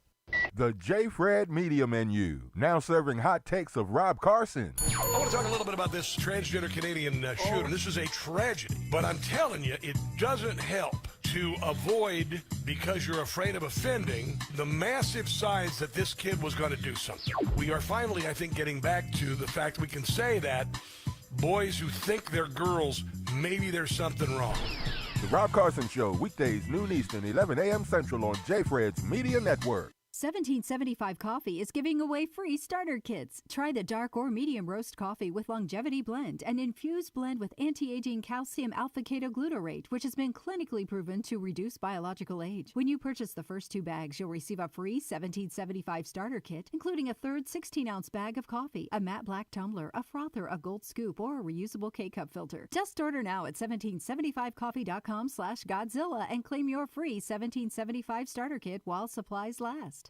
Washington is wasting $500 million every year on a federal supervision system that doesn't work. Probation officers are overwhelmed. Resources are going to people who pose zero threat, while actual dangerous individuals slip through the cracks. The Safer Supervision Act stops the waste and refocuses every dollar on protecting families from harm. President Trump's own pollster found about 80% of Trump voters want this fixed. It's time for Congress to get this done. Stop the waste. Protect our communities. Visit safersupervision.com. Paid for by the Reform Action Fund. When you're learning something new, experience matters. At Lifestyles Unlimited, we've spent over 30 years teaching people how real estate investing works and how to build income with a clear, step-by-step strategy. Our program is designed to help you learn what to do, why it works, and how to take action at your own pace. Join today for just $297, a 60% savings off the regular price. Text radio to 88007. That's RADIO to 88007. Presented by Lifestyles Unlimited. Ponder this. We intake oxygen every time we breathe, and breathing is how we stay alive. When God first created man, he breathed life into him. Our Lord also breathed spiritual life into his apostles and filled them with the Holy Spirit at the first Pentecost. Oxygen is a source of life both physically and spiritually. It's the same with fire. Oxygen is needed in order to keep a fire burning, which begs the question, are you on fire for the Lord, or has your spiritual oxygen been extinguished? To answer this, we must go to the source. The source of our spiritual oxygen is the Lord himself. Without him, there is no life within us. Those are his words, not mine. We are called to tap into this life source by baptism, daily prayer, and receiving the sacraments, especially Holy Communion if you are a Catholic, in the state of grace. If we tap into this life source every day, our lives will be filled with the love of the Lord, our spiritual oxygen. I'm Susie Kelly, and I am passionately Catholic. I think it's ridiculous that you're even asking me that question. That you even say the word. I mean, I'm serious. I'm sick of it. I don't even know why we even bring up the dadgum word. How about some of these other teams out there that lose to unranked opponents all the time? That's our 33rd win versus unranked opponent. We ain't lost to anybody unranked since 2011, but I have to come to a press conference in 2015 and get asked that. And that's all media bull crap. I can tell you how they feel about it. They don't like it. It's a lack of respect. It's not doing your homework and paying attention to what reality is. Should not be asked that question. He's your Godzilla of the truth in America. Run! It's Godzilla! No gibberish or nonsense, just common sense. And now back to the John Fredericks Show. Well, I know you love Fridays just as much as I do. TGIF. It's Friday. You are on the John Fredericks Media Network, and we are trucking the truth across America. Well, we got Colonel Dunn coming up. You know what? It's always great on a Friday to have Machine Gun Dunn, who's going to be with us in a few moments, and get his take on our military excursion in Iran. They're down to 2 or 3 of these speedboats. I say blow them up. I'm for getting out of the ceasefire, ending this thing, opening up the straits, taking over the islands, and giving them the New Jersey salute as we sink their final little speedboat. But that's just me. We'll see what Commander Dunn has to say when he's coming up here in a couple of moments, plus your calls. If you want to engage, that's 888-480-JOHN, 888-480-5646. Colonel William Burner Dunn coming up. Lots to talk about today. Let's talk about tomorrow. Dan on Godzilla Wins. Dan, are you going to be there tomorrow? Godzilla Wins, 9 to 11 a.m.? I will be indeed. Very nice, Dan. I know that I've got a host tomorrow. So normally I don't like hosting that Godzilla Wins show because I really just don't like doing it. I'd rather Mitch do it, who's a great host, but guess he's got soccer going on. So I'm going to be your host 9 to 11 a.m. on Godzilla Wins. But I'm kind of fired up tomorrow because we're going to the hockey playoffs. We have the Western Finals are set. Now, I took it on the chin yesterday after winning 4 in a row and 6 of 7 hockey picks. I went 0 for 2 last night, going down with the Sabres. You know, when I looked at that game, I said to myself, everything points to Buffalo. And when that happens, the other team always wins. Canadians, they looked faster. They looked faster last night. I did watch the game through the second period, then I had to go to bed. And the Ducks just laid the proverbial egg at home and got blown out by Vegas, who I'm not a believer in, so I don't think they get by the Avalanche. But all that tomorrow. This is not for today's show. But if you do want my picks now, once in a while I'll go, I'll lose 2 in a row and then I'll go back on a heater. So you want to go to GodzillaWins.com, GodzillaWins.com. And you know what's funny, Dan? We used to have GodzillaWins.com, and that was our site before we converted it over to WV Sports Nation and converted some of our writers over there. We used to do articles on there and same thing. And I would get maybe just not that much traction. That's kind of why we scrapped it. Now, all we do on that, you go to GodzillaWins.com, there are no articles. There's just picks and our analysis. That's it. That's all we have. And we're getting 3 times the activity we did when it was a full-fledged site. So you got to find out what people want. They just want to go there. They don't want to read an article. They just want what's your pick and why. And it helps when you're, 20 games over 500 in the NHL. That helps. So, but I did have 2 losers last night, and so I took it on the old Chinsky. But we're going to be right back at it tonight. My picks come out about 3 o'clock. Go to GodzillaWins.com, maybe 4. GodzillaWins.com. They're there, GodzillaWins.com. Also got Vincent Statler making picks, but we'll see what happens. Then we got a lot going on, Dan. Titans are happy about their we open with the Jets. I know. That's deliberate scheduling. I mean, I'm definitely going to that game. Now, we used to have season tickets. Ann doesn't want them anymore. You got to buy license fees and stuff. So screw that. But I'm definitely going the opener. I'm bringing Joe. Ann doesn't go to the Titans games. She doesn't. She'll go to Astro games, but the Astros still have a team? Okay, we're not talking about I think so. No, let's, you know what? Don't even bring it up. Let's move on. So, disastrous. So I am going to that Titans. I'm getting my tickets this weekend. I'm going to that Titans-Jets game. I wouldn't miss that for the world. That's going to be so much fun. Robert Saleh, former coach of the Jets, ran out of New York, ran out of the Meadowlands on a rail. And then, of course, you got Dable, who's our offensive coordinator, got fired from the New York Giants. So you can't, come on, man. You can't pick a better home opener than the Jets. It's got to be funny as hell. Well, our teams play each other this year. Well, technically next year, January 3rd. In Nashville. Yeah. And I'm definitely going to that game. By that time, we'll be, long out of it. And the Steelers will be 9-8 or something. Yeah. And we can see the proverbial 9-8 Steelers season. We can see 10-7, 9-8. kick like 7 field goals. Boswell, They'll yeah, kick 7 Boswell's field great. goals, and they'll beat the Titans 28-10 on the strength of 7 field goals.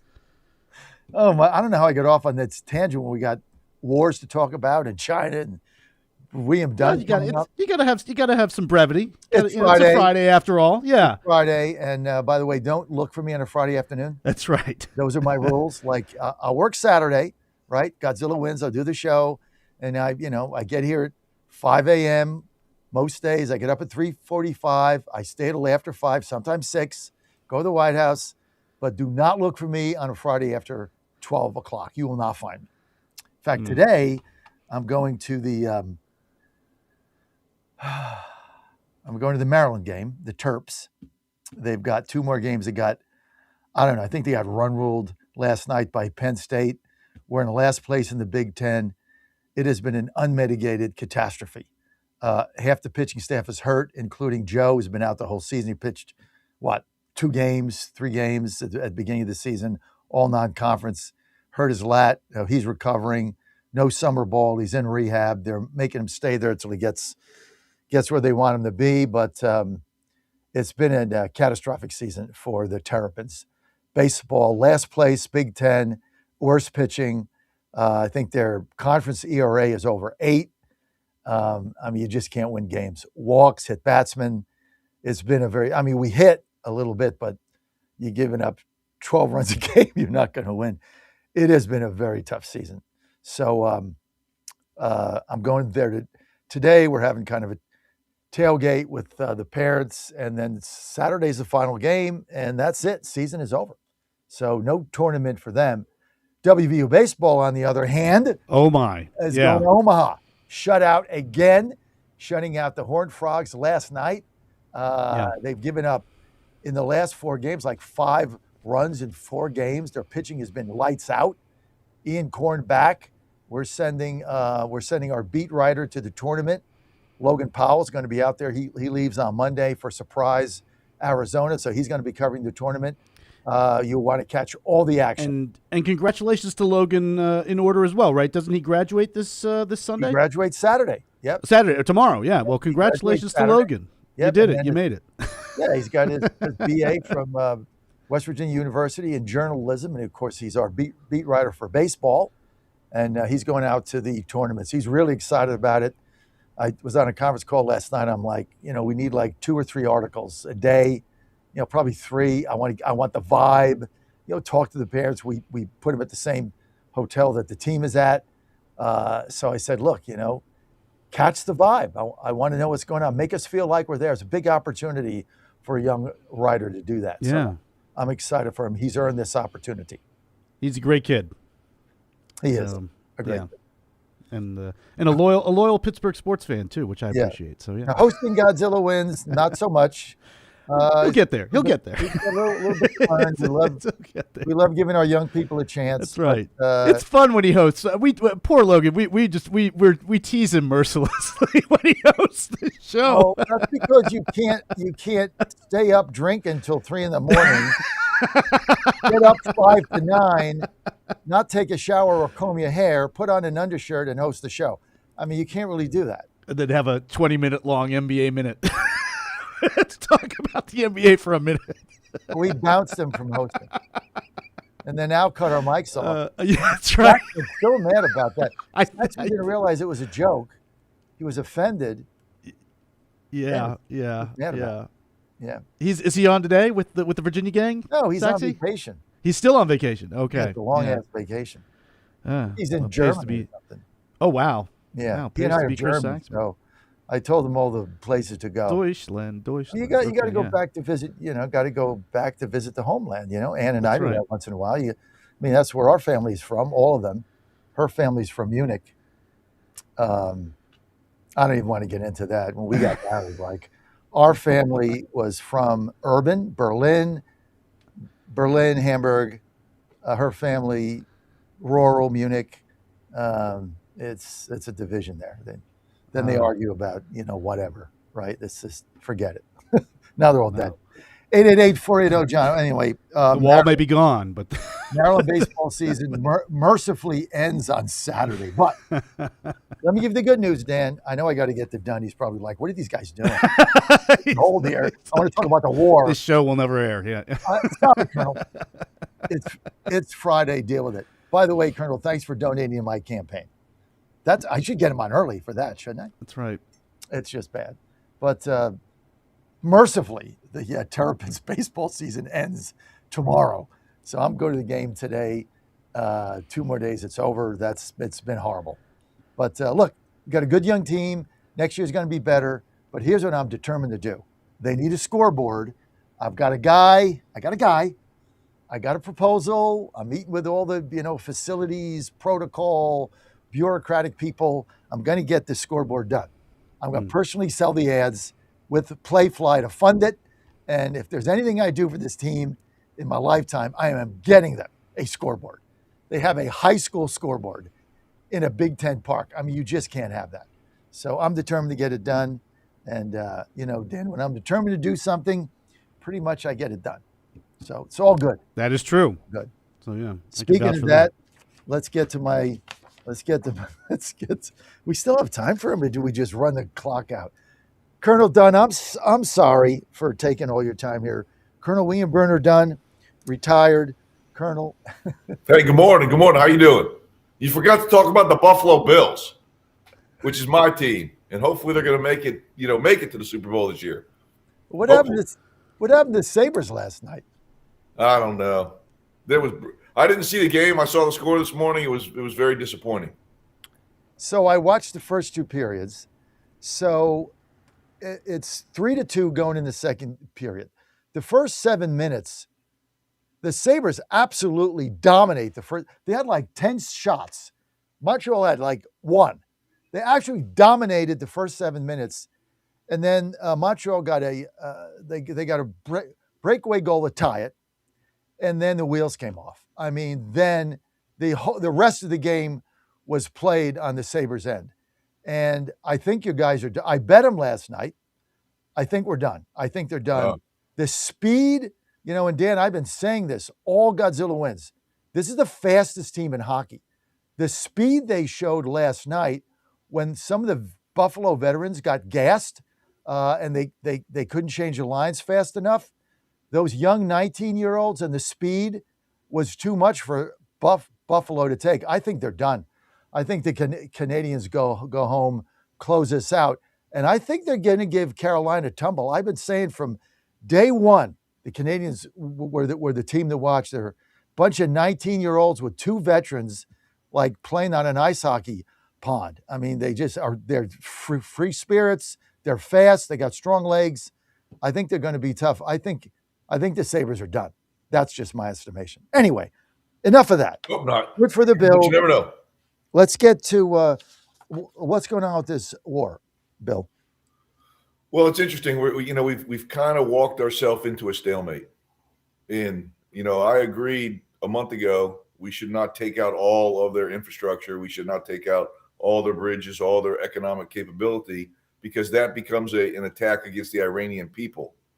But what we've done is and that was rational, by the way, to not do that, but to make the threat that we're going to do that, which I never make a threat unless I'm going to do it. And normally, what we shouldn't do is we should not tell them straight out, because we draw that line in the sand and then we don't do it. We give them talking points. We give the Democrats talking points. And then when we don't do it because we have this negotiation, if you will, then it makes us look a little bit weak there. And that's a problem, because what you cannot have is Iran looking strong in any area right now. And I think what we've done is we've let that rhetoric take place. And the Dems in our own country are helping the Iranians by their rhetoric. And, unfortunately, many of our fellow Americans, they look at a 30-second soundbite, and that's what they believe is gospel. And so what we've done is we've allowed the information warfare and the information game, if you will, to kind of hurt our plan. And it's actually pretty effective against us. So something has got to happen very soon. Like what? We either have to walk away, we either have to go blow something up, or we're going to have to make a maneuver such as taking one of the islands. There's a lot. I was down working with our U.S. Navy yesterday, and there's plans to do all sorts of things. We have to do something, but we cannot. What I would profess is we can't just sit there for another 30 days. And you and I talked earlier in the month. We have to have something resolved by July 4th, by the 250th anniversary, for our own information, operation, if you will, and then to get on track for the midterms, because that is going to be a huge factor. Tell me about when you say we have to do something. I agree with you. You shouldn't make a threat you're not going to do. Why don't we just take these islands, open up the strait, and take it over? Why don't we just do that? Well, we can absolutely do that. What that does is that puts a lot of our men and women at greater risk.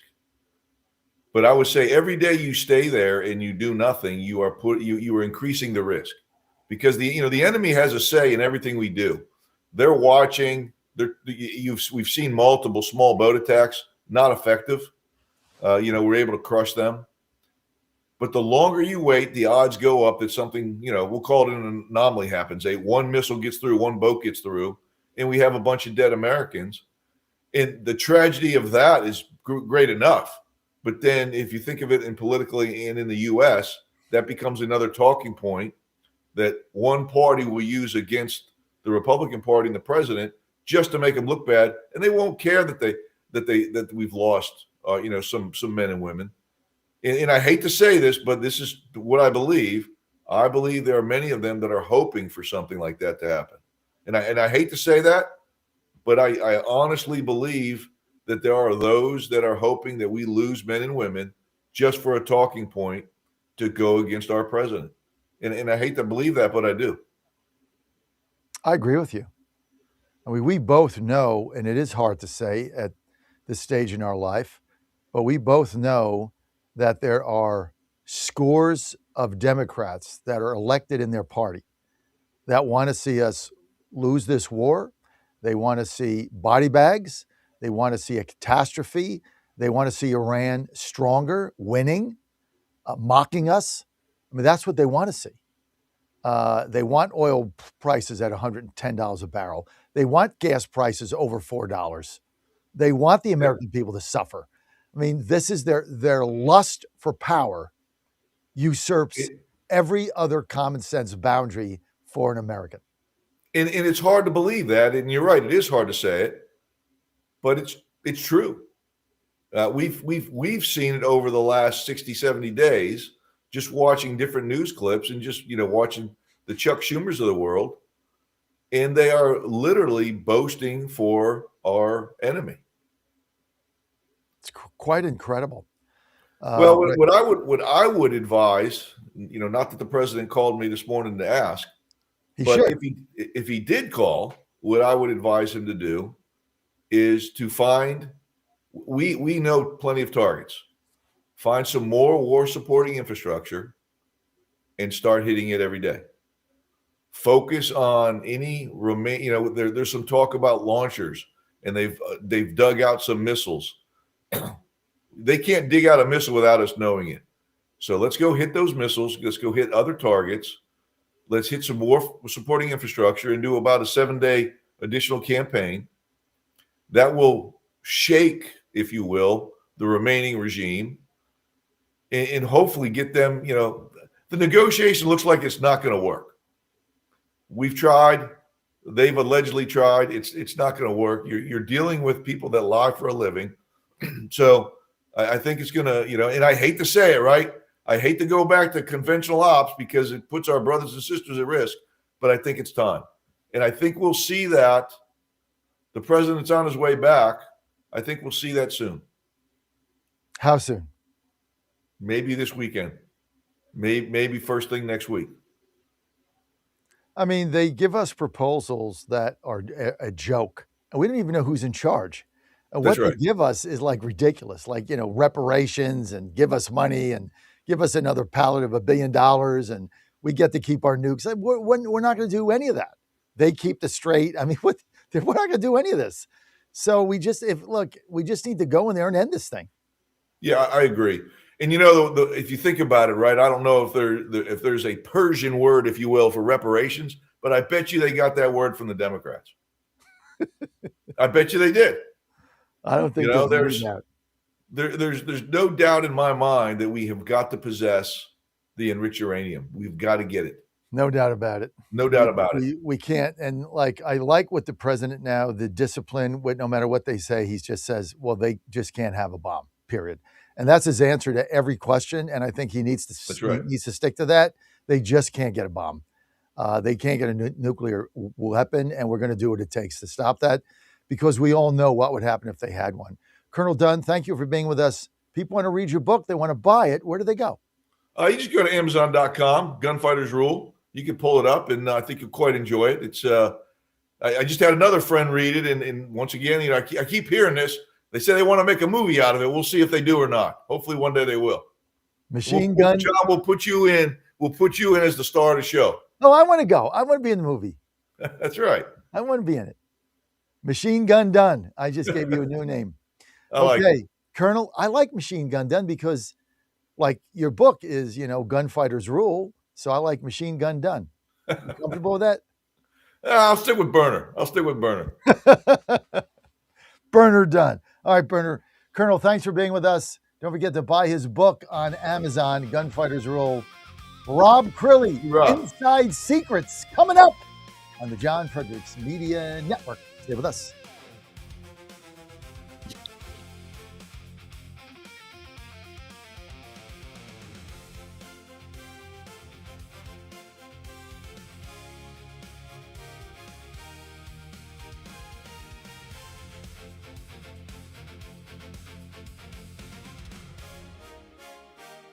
Hey folks, Al Green here for SatPhone. When you're on the go, you want to know you're connected. If it's a family vacation or an off-the-grid escape to a remote destination, having reliable communication helps you feel safe and secure. You can't afford to find yourself in a dead zone. That's why you need SatPhone. SatPhones are reliable, durable, and give you global coverage. If you can get outside, you can get in touch. It's that simple. Make calls from your SatPhone to any regular cell phone in the United States. The phones are $1,500 value, but you can get yours free. Just sign up for a 15-month plan, $94.95 a month. Get 150 minutes monthly that roll to the next month. Go 3 months without using them, that's fine. Yes, 3 months, 450 minutes, all yours. Visit SAT123.com or call 855-980-5830. SAT123.com, 855-980-5830. Get surety and security with your sat phone. Call now. For the first time ever, we're bringing you My Pillow mattresses and mattress toppers for as low as $99.98. Remember, sleep's all about temperature and pressure points. Whatever sleep needs you have, we have the right technology for you. Like our My Pillow mattress topper, our queen size has over 10,000 individual comfort supports to help relieve your pressure points. And how about our 3-inch Hybrid Plus mattress topper? It's infused with copper and silver to help your body get the restorative sleep it needs. And our My Pillow and Case Coil mattresses, I personally helped develop these mattresses to make sure they have everything needed to give us great sleep. Plus, they're made right here in the USA, and they ship right to your front door, absolutely free. Go to MyPillow.com or call 800-854-0504 and use promo code Godzilla to get MyPillow mattresses and toppers for as low as $99.98 and free shipping. Buddy Carter, warrior, great guy. President Trump and Buddy Carter are working to help Georgians keep more of what they earn by passing the largest tax cut in history, eliminating taxes on tips and overtime, and making the child tax credit permanent. Buddy Carter, warrior, great guy. From day one, Buddy Carter has stood with President Trump on his mission to make life more affordable for working families. But while President Trump and Buddy Carter were protecting our wallets, Congressman Mike Collins was abusing them. Congressman Collins is under federal investigation for misusing taxpayer funds to benefit himself and his cronies. According to the investigation report, Congressman Mike Collins, quote, may have violated federal law by shelling out government funds to one of his top aides. Georgia families have had enough of wasteful, corrupt career politicians. We just can't trust or afford Mike Collins. Paid for by Buddy Carter for Senate. I'm Buddy Carter, and I approve this message. Folks, this is Crom Carmichael, CEO of Solti. I have recently turned 77 years old. I do not take prescription drugs. I have not had to take prescription drugs, and I attribute a lot of my good health to a product that I've been taking, which is the active ingredient in Sol Tea. It's a 22% concentration of theaflavin.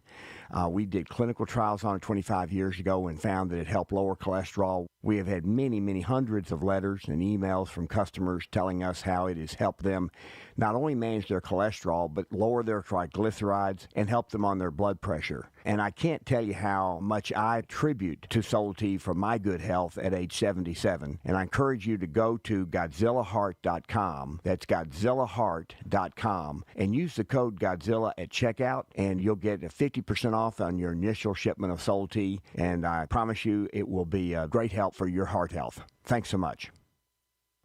You play to win the game. Hello? You play to win the game. You don't play to just play it. That's the great thing about sports. You play to win. And I don't care if you don't have any wins. You go play to win. When you start telling me it doesn't matter, then retire. Get out. Because it matters. Don't touch that dial. You've found your home of the truth. Do you solemnly swear to tell the truth, whole truth, and nothing but the truth? With the best analysis in America. You can't handle the truth. And now back to the John Fredericks Show. Well, you're on the John Fredericks Media Network and all the John Fredericks radio apps, and I am your Godzilla of the truth in America, coming live from your nation's capital. One of my favorite segments of the week, Rob Crilly, Washington Examiner, Secrets Inside Baseball. Rob, we call him. He's a hapless Mets fan, but when the Astros have the worst record in the major leagues, I have nothing to say. We are the Disastros, or we can call them the Lastros. Either way, baseball season's over for me. Rob, good to have you with us. Nice to be with you. I got to stand up for the Mets. We just swept the Tigers, so we're right back in it. See, good. I hate the Tigers too. I hate Frauber Valdez, whatever his name is, jackass. We shipped them off. So as long as the Tigers lose, I'm fine with that. Hey, but I tell you what, we got this virus going on. It's not good. You know what? Got to get your medical emergency kit. Now, I'm serious. You and your family don't have one of these. You're really shortchanging your family. You're putting yourself at risk. We got this virus floating around out there, people dying in 3 days. You want to be able, if you get something, you want to be sure that at your fingertips, not in an emergency room, not in a hospital, not in a doc in the box, not in a clinic where you have to wait hours, at your fingertips. You have everything you need to solve your medical issue immediately. That is what this medical emergency kit provides you. And if this virus is going around, and if you get a strain of it, ivermectin, hydroxychloroquine, everything is in here immediately with a guidebook for you to take.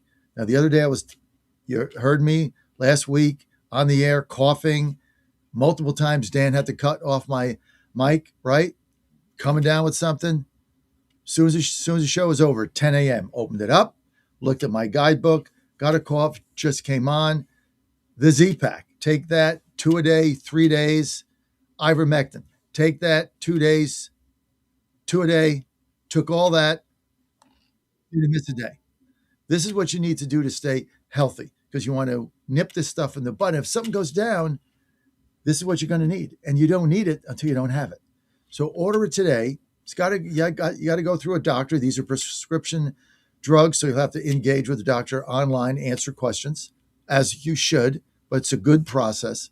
Just go to twc.health/Godzilla, twc.health/Godzilla, promo code Godzilla, 10% off, twc.health/Godzilla, promo code Godzilla, 10% off. Do yourself a favor, do your family a favor. Every family should have one. And if you travel, get 2 of them. Always put it like I do. I've got 3, one on the bus, one here at home, which I take to the office, and the other one stays in my travel bag 100% of the time, because I don't want to leave on a trip and forget it, so it's there. So when I get sick on the road, we have it. twc.health/Godzilla, promo code Godzilla. Thank you. do yourself and your family a favor. Rob, good to be with you. Great to be back. I was on vacation last week, so I know. I'm back. Yep. It's good to have you back. So President Trump coming back today from Beijing. Define the trip from what you've seen. What do you think? Well, my take is that it was a trip that was heavy on. Hang on a minute, you've got coffee. Oh, I heard it dripping behind us here. Let's go. Good man. Well, look, it was a trip that was heavy on the pomp. Fantastic. Cheers. 1775 coffee. Is it good? It's good. It's perfect. Thank you. Told you. It was a trip that was heavy on pomp. We had some business deals announced. 200 Boeing 737 MAX jets to be bought. There was some stuff about soybeans. There was some stuff about China buying more liquid natural gas. But really, when you look at that entourage that came with the president, you had the titans of tech. Your Elon Musks, your Apples, your all the big IT guys, and then you had agrochemical leaders. You had a big business entourage. Did they get the deals they were looking for? I don't know. I think the winner in all of this was Xi Jinping.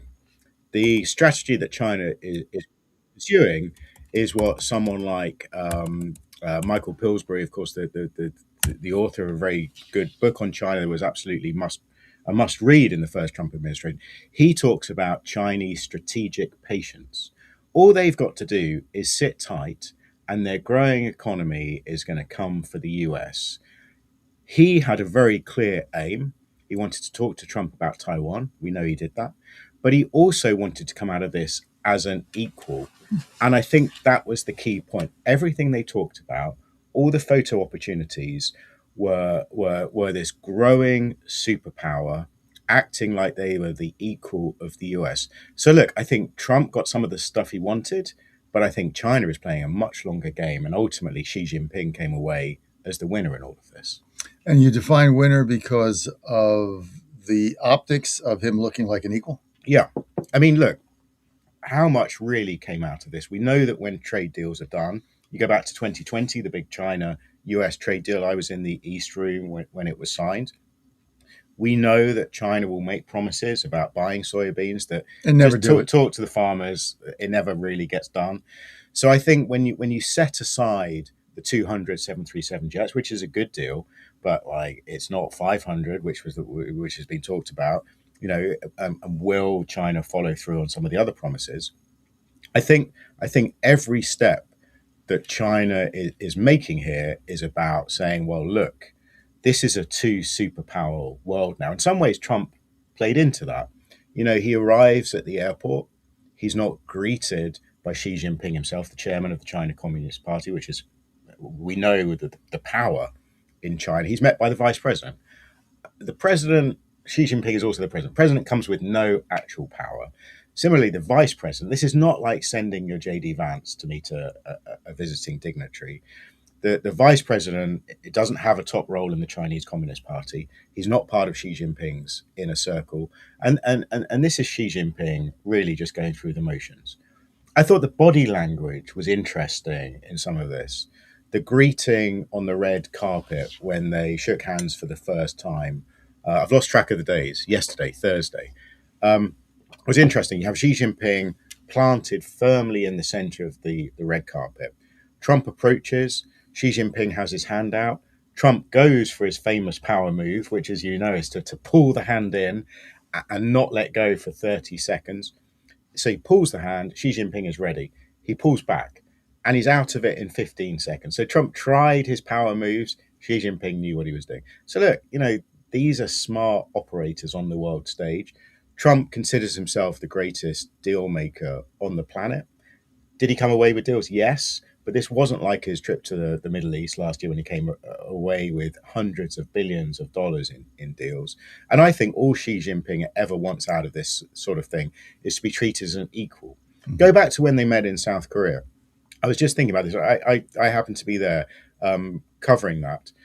You had a situation where Trump came into all the tariffs of last year. Remember, that was all about resetting global trade. The whole point with China was to try to stop China being the world's factory, the massive producer of everything we buy. The US strategy, masterminded, of course, by Peter Navarro, is to put pressure on China to become a consumer.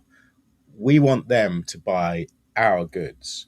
Fine. Again, China says it's going to buy some more stuff. Great. But what does Xi Jinping also do? He resets all their 10-year, 15-year plans, absolutely, with putting manufacturing at the heart of it. China's strategy has not changed. It will continue to position itself as a producer of all the stuff we like, all the electronics, anything with chips in. I mean, it wants to be selling us cars. That is absolutely the strategy. And Trump has not done anything to try and. What about him saying that they're going to be buying oil and energy from us? Great. I mean, let's see if it happens. I mean, I think that, and in terms of the size of the Chinese economy, this is all peanuts. You know, they have been building up their petroleum reserves as everyone else has been struggling with Hormuz. They're actually quite well positioned. Great. If they want to buy some more stuff from China, from the US, that's an easy thing for them to do. I don't know that it changes very much.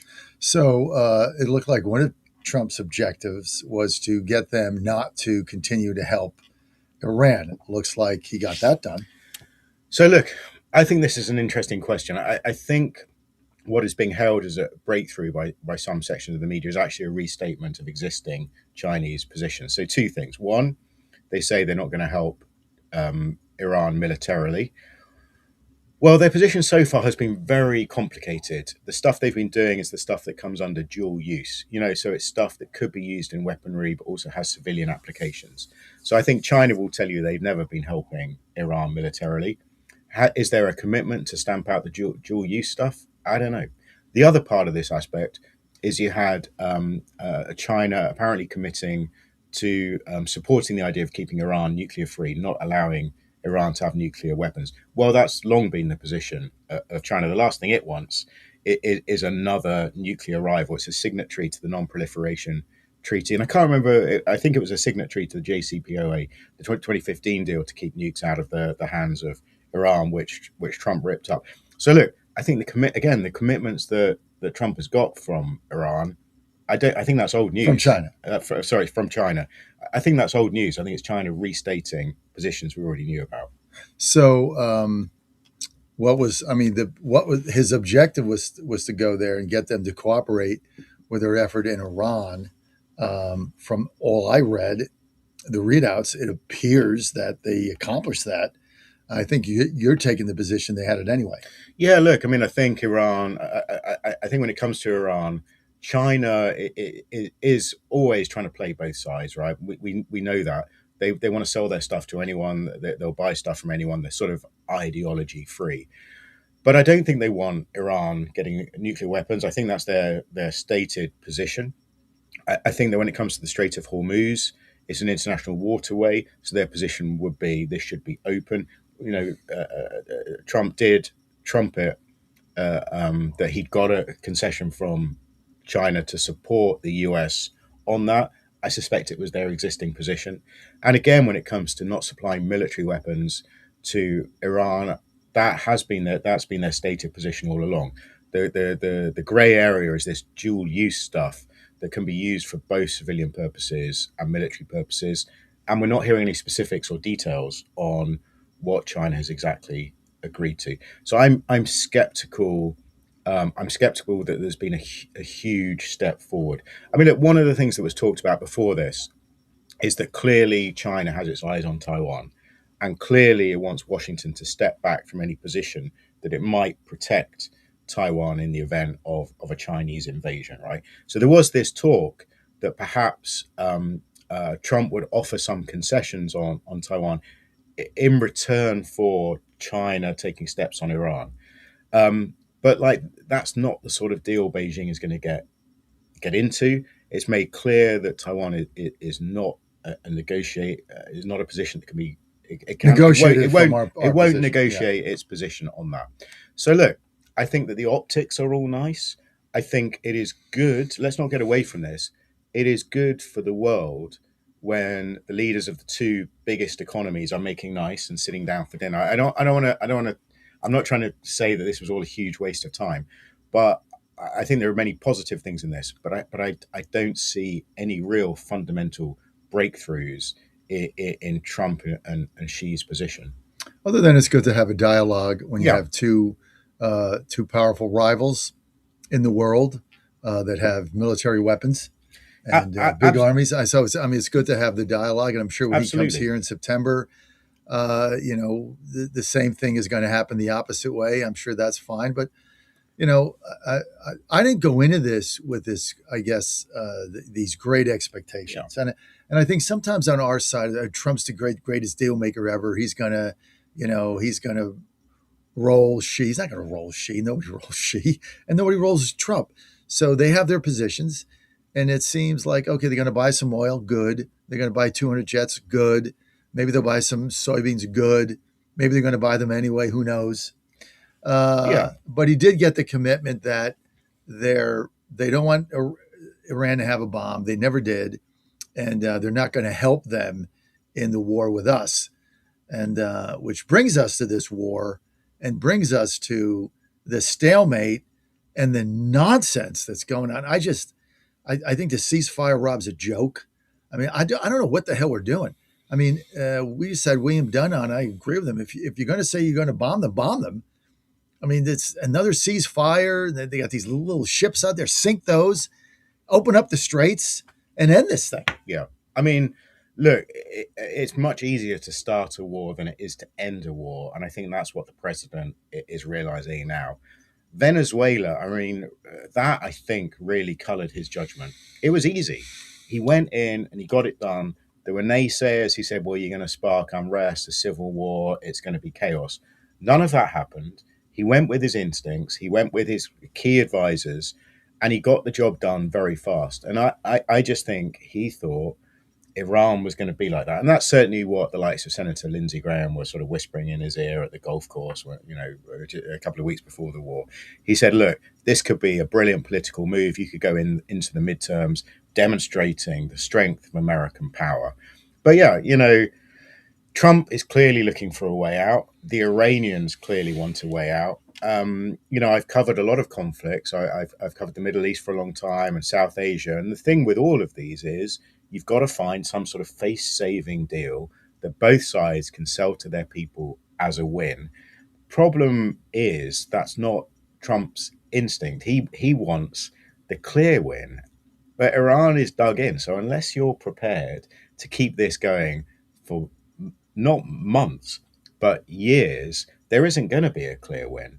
So I think it's a real mess. So we can get a half a win, and the half a win is they don't have a bomb, and we're going to make sure they don't have a bomb, and we're going to open up the straits. And to me, to have them continue to control the straits would be to me just a disaster. If there's nothing we get out of this thing, we've all realized why are they in control of the straits for the last 50 years. And I think he's got to do that. But you're right. I mean, this thing is, we got to get this over with. We got to get it over before, I was saying Memorial Day, not going to happen. Now it's going to be the end of June. We stand another month. I think once we do that, gas prices go down and he's going to be in good shape. But I don't think there's any question now. When they went into Venezuela, they had a regime change plan, and the regime change was their vice president who was going to play ball with us. This is what everybody doesn't realize. I mean, that's why she went on the vacation to the island while they went in there and took the Cuban defenses out. And then they brought her back because, the CIA had already negotiated with her that she was going to take over and play ball with us. Otherwise, she'd meet the same fate. Well, they don't have that here. No. I mean, and Iran was ready, right? We know that for every high-ranking position, they had deep end. They had 3, maybe 4 people line up, knowing that people were going to die. They were ready for this. They had their plan. I mean, this has been, this is a nation that's been preparing for this existential war for a generation. So this is not, and also I think intelligence people tell you it's a hard target. It's hard to get good intelligence. Now, the Israelis, we know, had all sorts of intelligence coming out, and I'm sure the US did as well. But all of that intelligence would have been telling you the same thing. This is tough. These people are prepared. These are ideologues. I mean, Venezuela essentially was what a cartel operating as a government. No, these are crazy religious fanatics that are willing to die in order to go to see their virgins or whatever the hell they believe over there. But the thing is, they're all insane. They're nuts, and that's what you're dealing with. Any other inside secrets you found? Well, I tell you, I want to come back to China. I want to come back to China because, in secrets, I like to find the stuff that other people aren't really noticing. And there are a couple of things I want to flag about what a difficult place it is to visit. Chinese spies are everywhere. And you can imagine if the President of the United States and all his top-ranking officials arrive in the country, not to mention all the journalists that come with them, you can bet your bottom dollar that the Chinese spies had their claws out, ready to get whatever they could. So, did you notice at the banquet yesterday that Trump made a toast to his hosts? He raised a glass and he took a sip. As he doesn't drink. I suspect it was water or some apple juice or something like that in his glass. The moment he lowered his glass from his lips, there was an American aide on hand to take the glass away. The Secret Service is not going to allow Trump to drink from a glass and his Chinese host take it away. You could get DNA evidence, you could certainly get fingerprints. And that's just one of the sort of protocols you follow. I suspect for the president, they do it wherever he goes, but you do it to the nth degree in China. Similarly, I was just reading a pool report from one of the journalists traveling with Trump on the plane in one of her pool reports just before they left. She described how officials, before they got on the plane, there was a big bin at the bottom of the steps. Any electronics, they've been told to use burner phones, I'm told, while in China. They still went into a big bin. They weren't allowed on Air Force One with any electronics that had been used in China. And I suspect they were whisked off to the Chinese embassy, to the American embassy in Beijing to be disposed of in some super safe way. And I know my journalistic colleagues, they were all using burner phones. Everybody, you fire up on a local network there and people are going to be straight into your phone. So even your burner phone could be giving away kind of vital information. So that was one thing that Secrets noticed. One of the other sides of a visit, you got to be very, very careful with all your electronics in China. Well, and a lot of the media was hassled there, as we understand it. In fact, let's play Are you able to stay for a couple more minutes? Sure. I got out of the break. We just got a couple more minutes, but let's get to. Was this from? Yeah, this is from. You're going low tech on me. What's with the paper now? I printed it out because I don't. Dan, find the one Peter Ducey. The one from Peter Ducey. I don't have that handy. There it is. Dan, find the one from the clip from Peter Ducey talking about how they were hassled. If you can find that, I have gone lower tech today, trying to get a little more organized. But you have that, Dan? Cut 21. Yeah, roll it.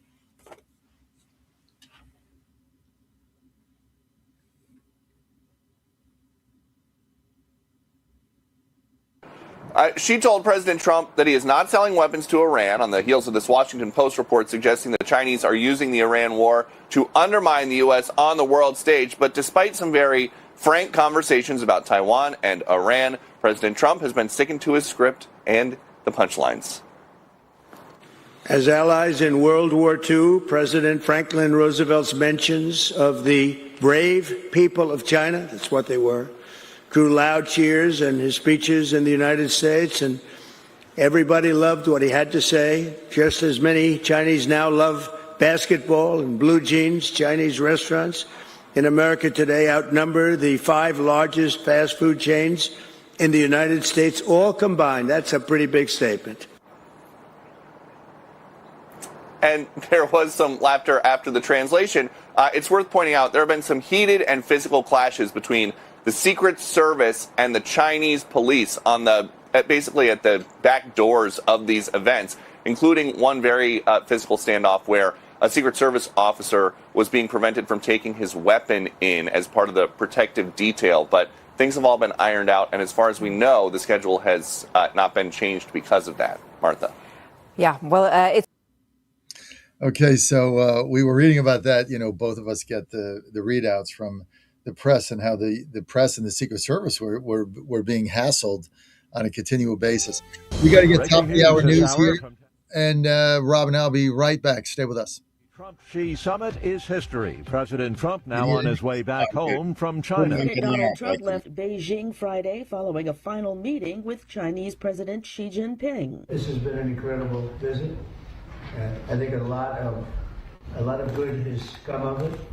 We've made some fantastic trade deals, great for both countries. She described the 2 days of meetings as historic and landmark. Before their closed-door lunch, she gave Trump a tour of Zhongnanhai, the former Imperial Gardens, which is now the seat of power.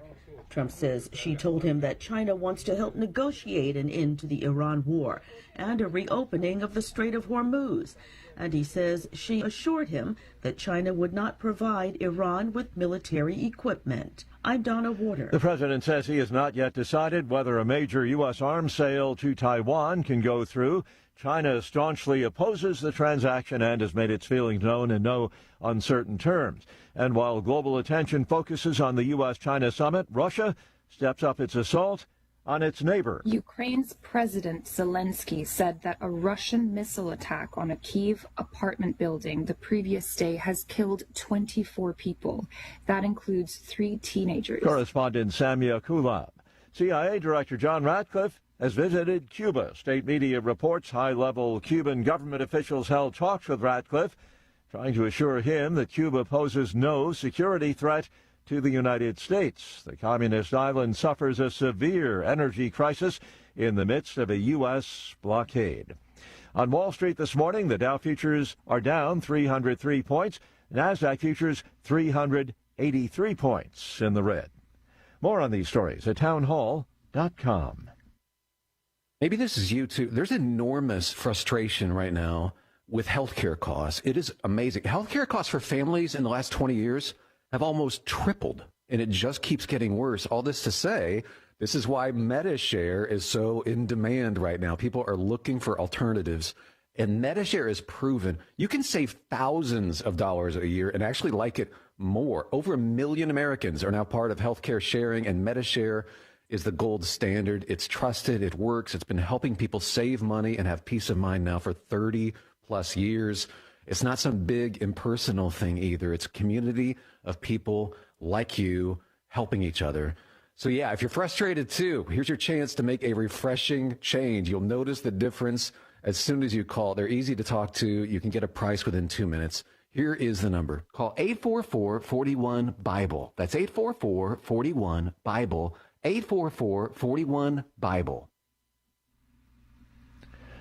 Iran's economy has hit a weak point following Operation Epic Fury. The Trump administration says its economic pressure campaign against Iran is continuing as the United States targets the regime's financial networks, oil revenue, and Chinese companies accused of helping Tehran evade sanctions. Treasury Secretary Scott Bessent says the U.S. will continue targeting anyone helping Iran move money and fund the Iranian regime. Willie Nelson, Washington. And tensions are escalating again near the Strait of Hormuz after a ship that was anchored off the United Arab Emirates was seized and taken toward Iran.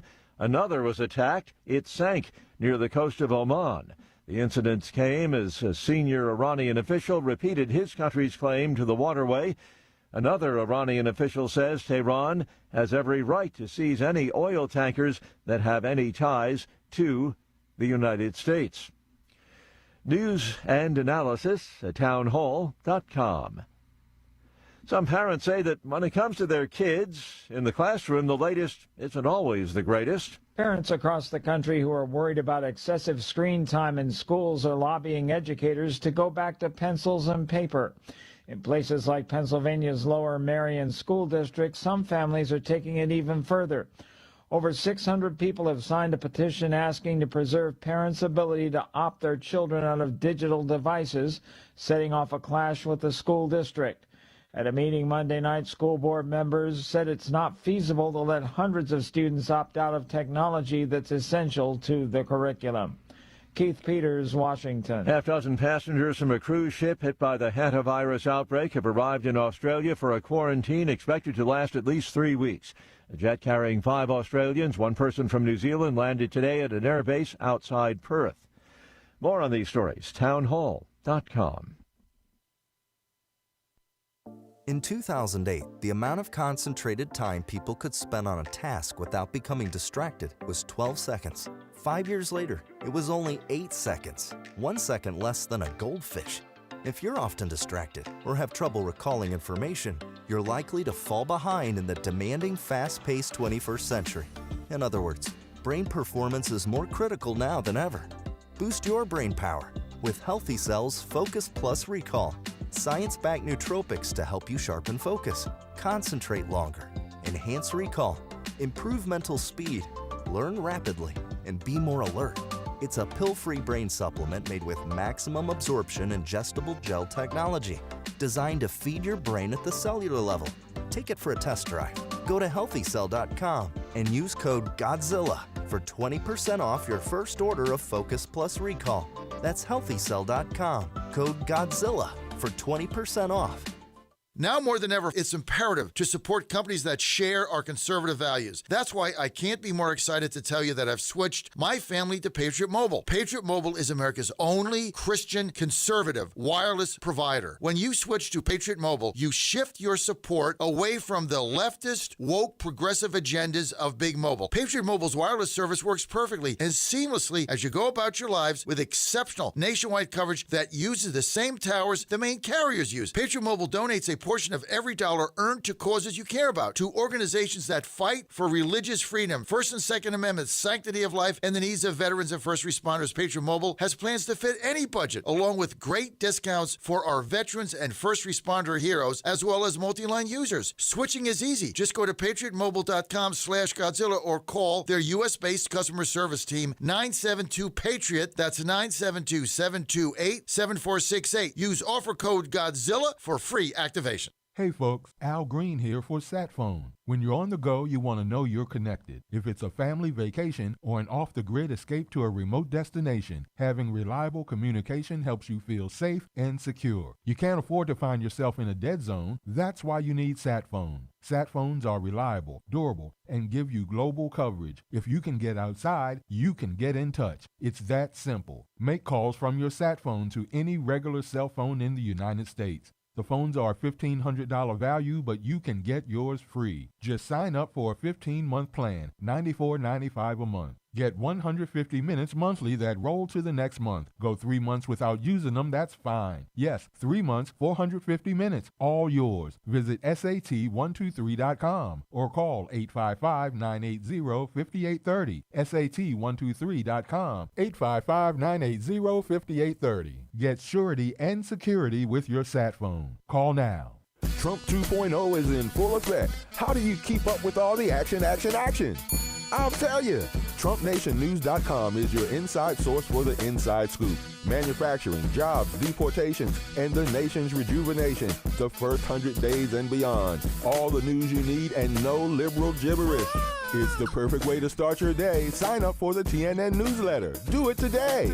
TrumpNationNews.com. TrumpNationNews.com. Part of the John Fredericks Media Network. Hey parents, plan an unforgettable summer. Send your kids to Rapidan Baptist Camp in Rochelle, Virginia. 1 week of nonstop fun and life-changing truth. Amazing preachers, friendly counselors, exciting activities. Ride an alpine coaster and zip line, a 250-foot water slide, and that's just the beginning. Junior camps for ages 7 to 12, teen camps for 13 to 18, 2-day Pee-wee camp with mom and dad for ages 4 to 8, and a brand new day camp option. Sign up today at camprapidan.com. That's camprapidan.com. Rapidan Baptist Camp, where faith and fun collide. Mike, at any point in your coaching career, did you ever have an interest or express an interest in being a head coach in the college game? And do you have any idea how that may or may not have led to folks like Ryan and Doug Whaley and Carson Palmer connecting you to some college jobs? Hey, guys, I don't have time for that speculation. I mean, that's a joke to me. I got one of the best jobs in all of professional sport. Why would I have any interest in coaching college football? That'll be the last time that I address it. And not only today, but moving forward. Never say never, but never. Okay? Anybody else got any questions about any college jobs? There's not a booster with a big enough blank check. Anyone else? All right. Thank you. Anybody asking Sean Payton about that? You know, anybody asking Andy Reid about stuff like that? He's your Godzilla of the truth in America. No gibberish or nonsense, just common sense. And now back to the John Fredericks Show.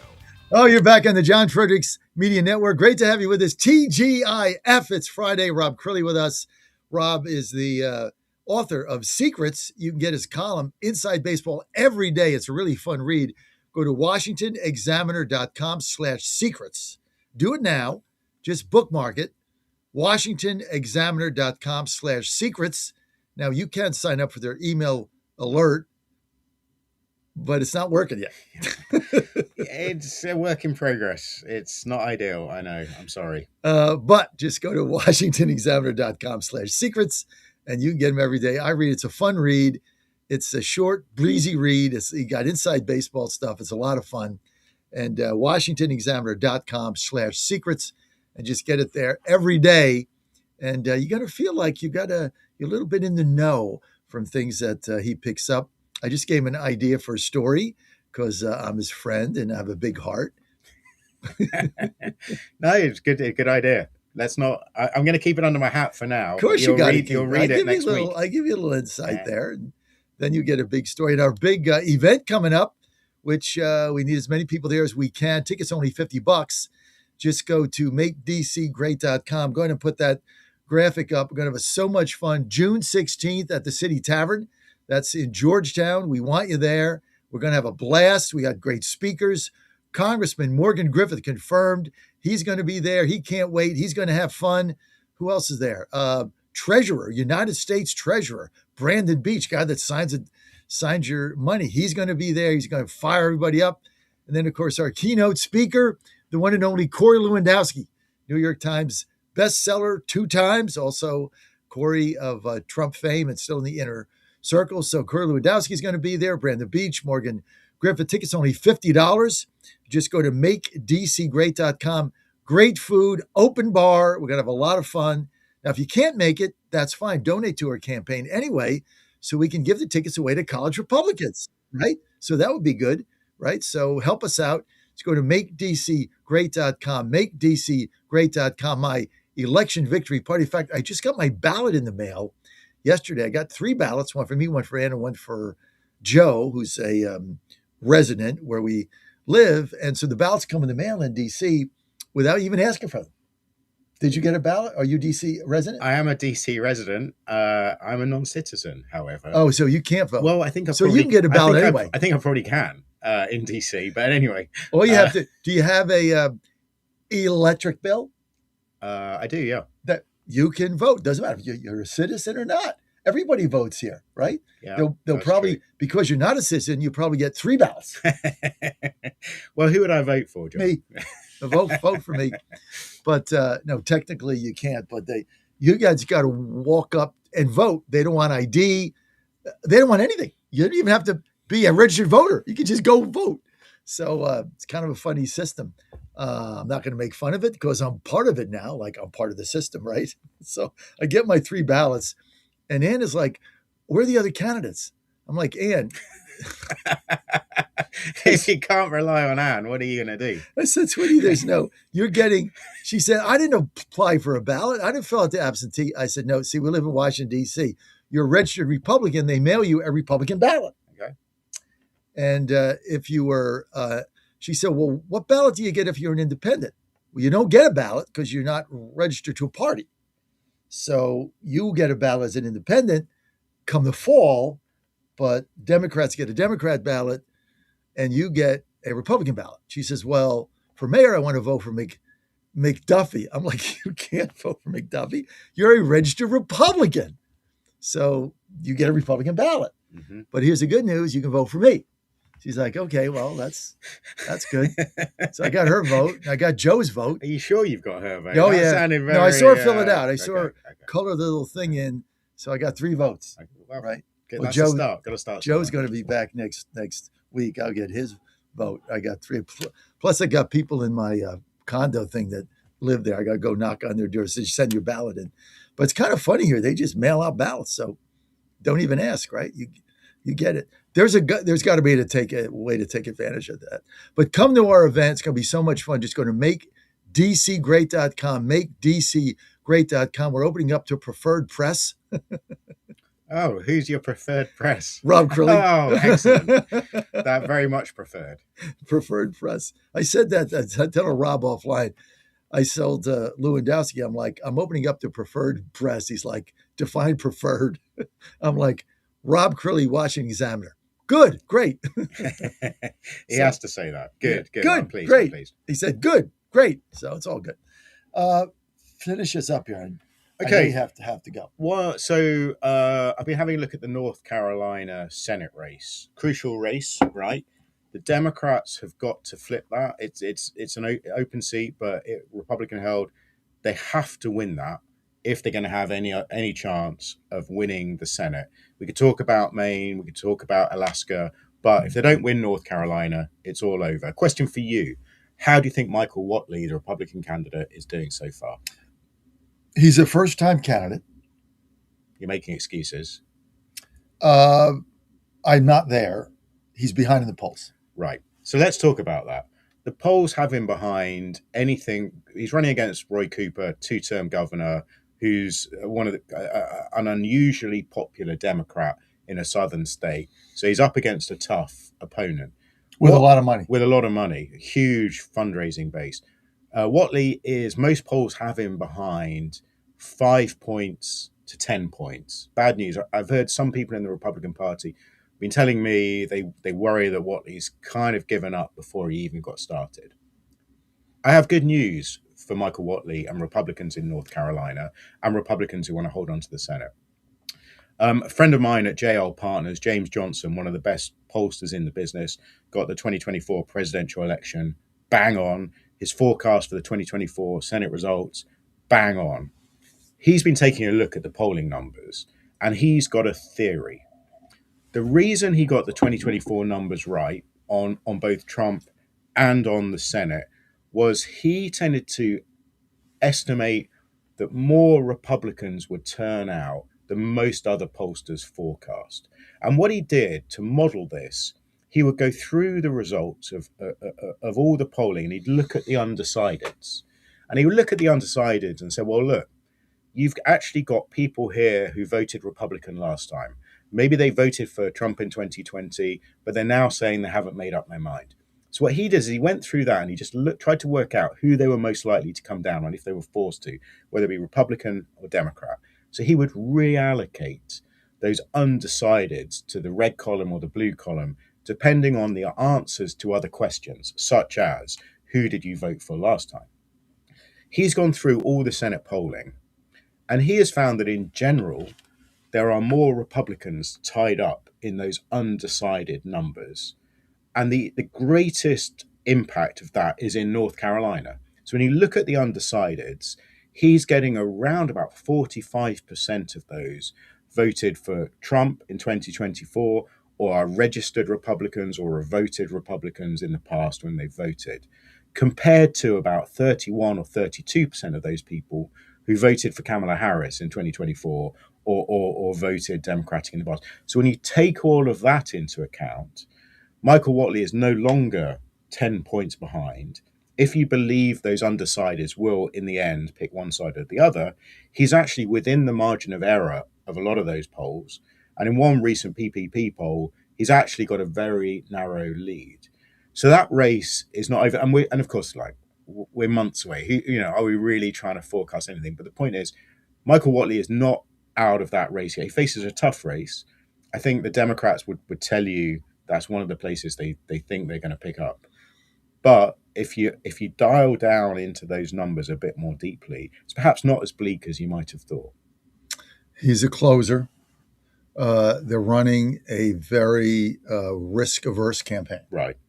And when I look at somebody behind that's running a risk-averse campaign, it's normally a new candidate, like he is, trying to feel his way, doesn't want to make a mistake. and but we're very early, so that's good news. Those of us that know Michael Whatley know he's a tireless worker. He's very tough. He resonates with the base very well, and that's really what he's been focused on. If he can continue to do that, I think he's got an opportunity. And I just had the chairman on of the Republican Party in my chairman's corner of North Carolina, Jason Simmons, who said that their strategy there is to just wait things out, wait till it gets closer, and then to start reminding people of all the nonsense that went on in the Cooper administration. Mhm. They've not really spent the money to do that, it's too early to define them. But they also have a registration edge now. Yes. For the first time ever in registered Republicans. First time that's ever happened. And that was over the last 60 days. So he said, all we have to do is get our voters to vote for Whatley and not for Cooper. And that's the margin of victory because there's more of us than there are of them. Yeah. So look, a whole bunch of things in there. As I say, Republicans in North Carolina are concerned about the way things are going, but maybe this is all part of the strategy.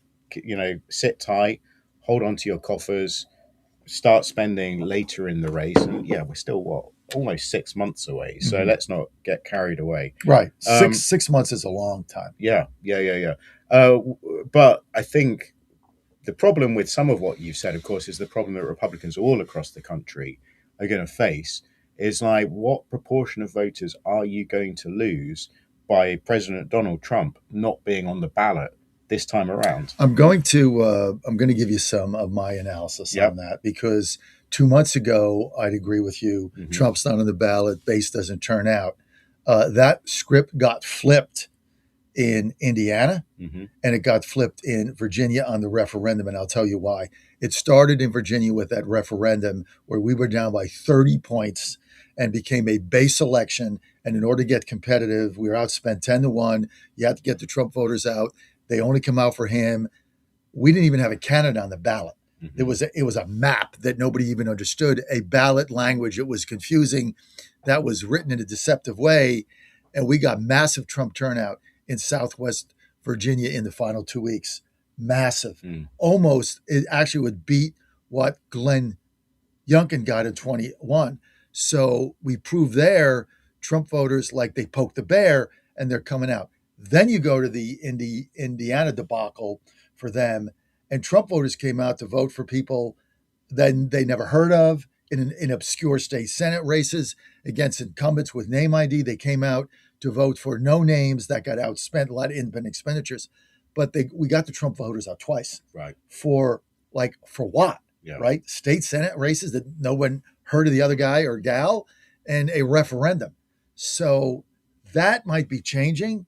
That gives you optimism. But I really think where the Democrats are done is Maine. There is no way this guy wins Maine. Yeah. No, that was a seat they could have flipped. Janet Mills, probably 50-50, maybe a slight favorite, but there is no way this guy wins that seat. Yeah, look, I think the Senate... I mean, have you read anything he said? Guy's nuts. I think the Senate race is more interesting now. The overall national Senate picture is more interesting and competitive now than it was 6 months ago because of gas prices, because of the war in Iran, because Trump's approval ratings are absolutely kind of at rock bottom. But I think everything has to line up for the Democrats. Maine is going to be a problem. We've just been talking about North Carolina, which is, if that doesn't go, they're done. Yeah. And I think that's actually now looking tougher than I thought. So I think, you got to look at, they got to flip 4 seats. What states are they going to flip? Okay, give them North Carolina. What else? They're not going to win Maine. They're not going to win Ohio. Maine and Alaska. So North Carolina, they've totally got to go. Then you've got Maine and Alaska. And then you still need Ohio, Michigan, right? I mean, those are the 2 really tough ones. And we're starting to say, well, Maine's not going to go. North Carolina is going to be harder. The math is tougher. Yeah. It feels like there was a window a couple of weeks ago where things were lining up for Democrats. Feels like it's switching back. And why do they think they're going to win Alaska? I mean, it's always that's one they always point to, right? It's always in play. It doesn't have quite the same politics as the rest of the country. Right. So I don't know. I mean, they're not going to win Alaska. Yeah. I mean, they're not going to. They won that congressional seat one time, and then she got bounced. They're not going to win that seat. And the only reason they won that congressional seat is because Sarah Palin's approval rating in Alaska was 22%. I got these people telling me, "Oh, ranked choice voting." No, she was at 22%. Like, people don't like her, and like they didn't vote for her. So ranked choice voting doesn't have anything to do with it. But I think the math for the Senate's harder. Yeah. 3 weeks ago, no shot that the Republicans hold the House. Zero chance, I thought. Yeah. 0 times 0 is 0. They gained the 4 seats in Virginia. Now they're not going to win any of those. They might have won one without it, possibly 2. Now they're not going to win any of them because they poked the bear. People in Virginia pissed. No way they win a seat there. That's foregone. And by my math, the redistricting with Missouri, with South Carolina, without Mississippi, and without Georgia, plus 12. Yeah. So they went from a shoo-in to now they're down 16 from where they were, down 16 in total. When you add the 4 we have, plus 12, that's 16. Then you take Maine, that's gone. LePage is up by 27. Now this plus 17, and Camden in Ohio is done. Now the plus 18. I don't think they have 18 seats. It gets tougher. I haven't dialed it down district by district. Dial it down. Well, I need to dig into this. Now you put me on the spot. Secrets. You've done the math. I'm here for you. I still think. What better host can you have? I've given you 2 column ideas in 15 minutes. I still think Democrats have got the momentum. We're obviously at that difficult part of the cycle where Republicans control everything. That means they're going to get a kicking.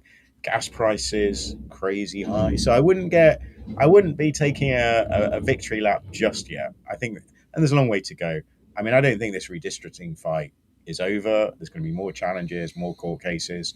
And by the way, I think this is no way to settle an election in the courts. I think it should be settled on the issues. I love it. There's no issues. What are you talking about? Issues? Well, I mean, Rob, there's no issues. If Republicans win, it's because they've got the better lawyers. That's it's like let me tell you what this election's about. My audience wants to talk about issues, right? There's no issues. It's ballots in boxes and maps. That's it. You got 3 things. Got to get a ballot.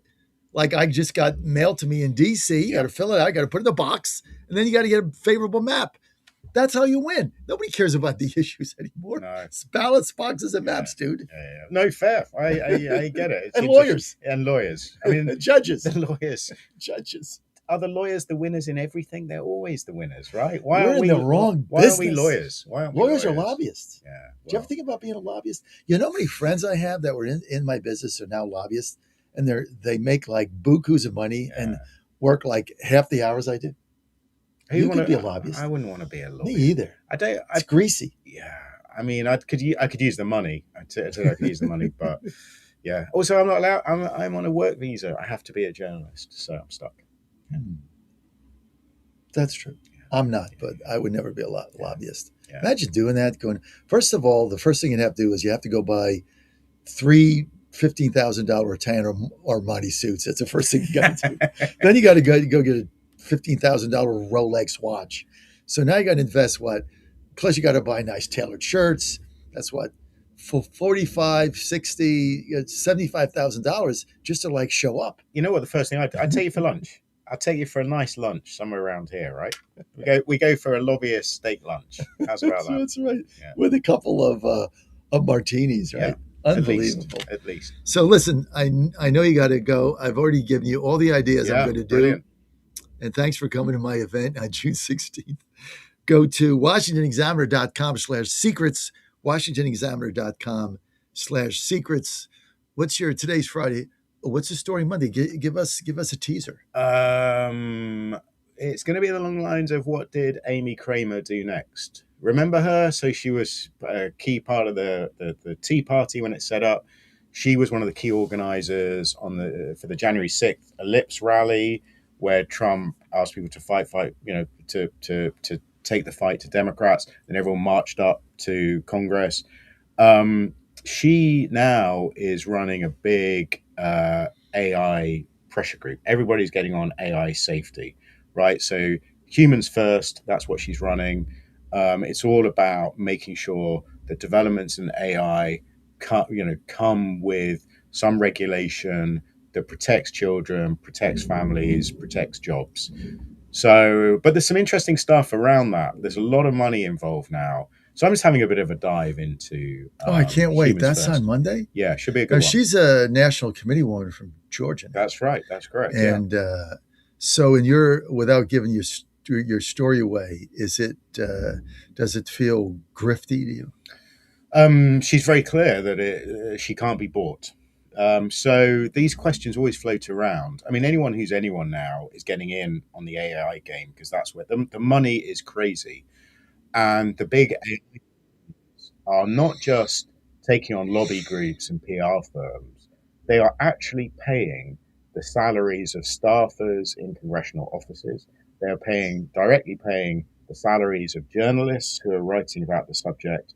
You don't know who to trust or who to believe. Wait a minute. Say that again. Yeah. So they are directly paying salaries Who of is? staff. So the big company, the one in particular that's interesting is Anthropic, right? So this is one. What is Anthropic? Claude? It's Claude. Yeah. So it's one of the big AI companies, and they are their shtick, their unique selling point is that they are pushing for more regulation than some of the other companies. They are saying we are the responsible company with guardrails, and they are putting people into position who can shape and influence the debate. There's so much money. So how do you pay a staffer? Well, they come through an institute they've set up, which basically trains people in AI, and then they place them directly into staffers' offices. What did you say they were paying journalists? Yep. So they are sponsoring positions for journalists at different news organizations. They are paying for, in a complicated roundabout way, there are groups like Open Philanthropy, which are, say, for example, sponsoring a series in The Guardian. Like sponsored news stories. So they have a disclaimer saying this is part of a rework series paid for by Open Philanthropy. Then you look into it, turns out Open Philanthropy have actually bought shares in Anthropic. So all of this stuff is going on and people don't know about it. It's extraordinary. That's Monday. Yeah, we all need a bit of this You money. can't do that in one column. No, I can't. But what I can do is just dip. So I'm just looking at what Amy Kramer is doing and her outfit. But you're going to continue with this. Yeah. Because that's the thing about these sponsored posts. They're not really posts, they're content.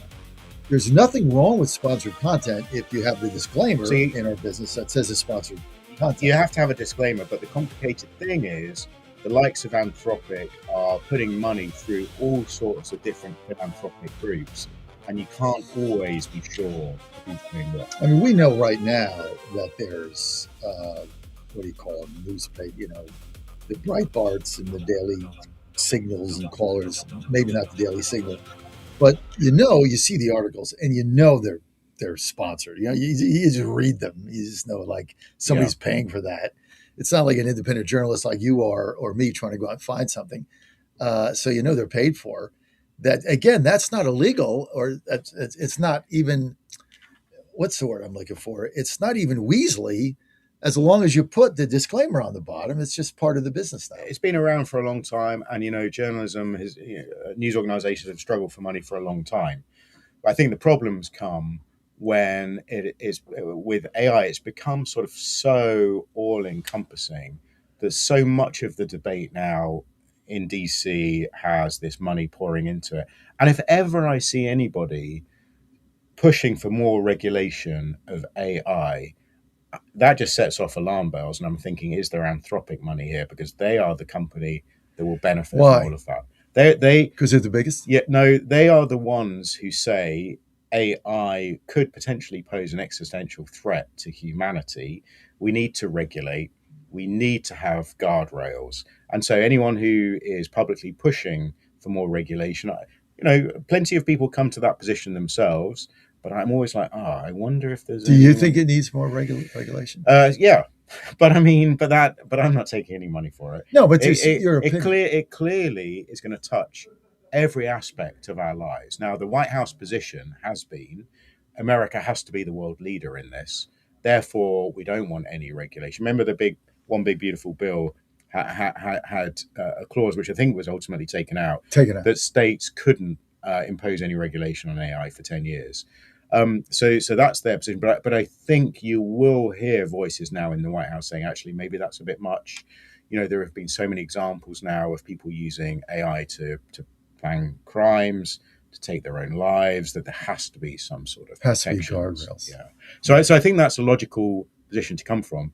But I think when you look at, say, Anthropic versus, say, Elon Musk's XAI, Anthropic is the one saying, this could be dangerous. We need to be careful. And that's where a lot of their lobbying money is going to fund those voices. So if you see a new AI super PAC being set up and it's pushing for more regulation, it's Anthropic.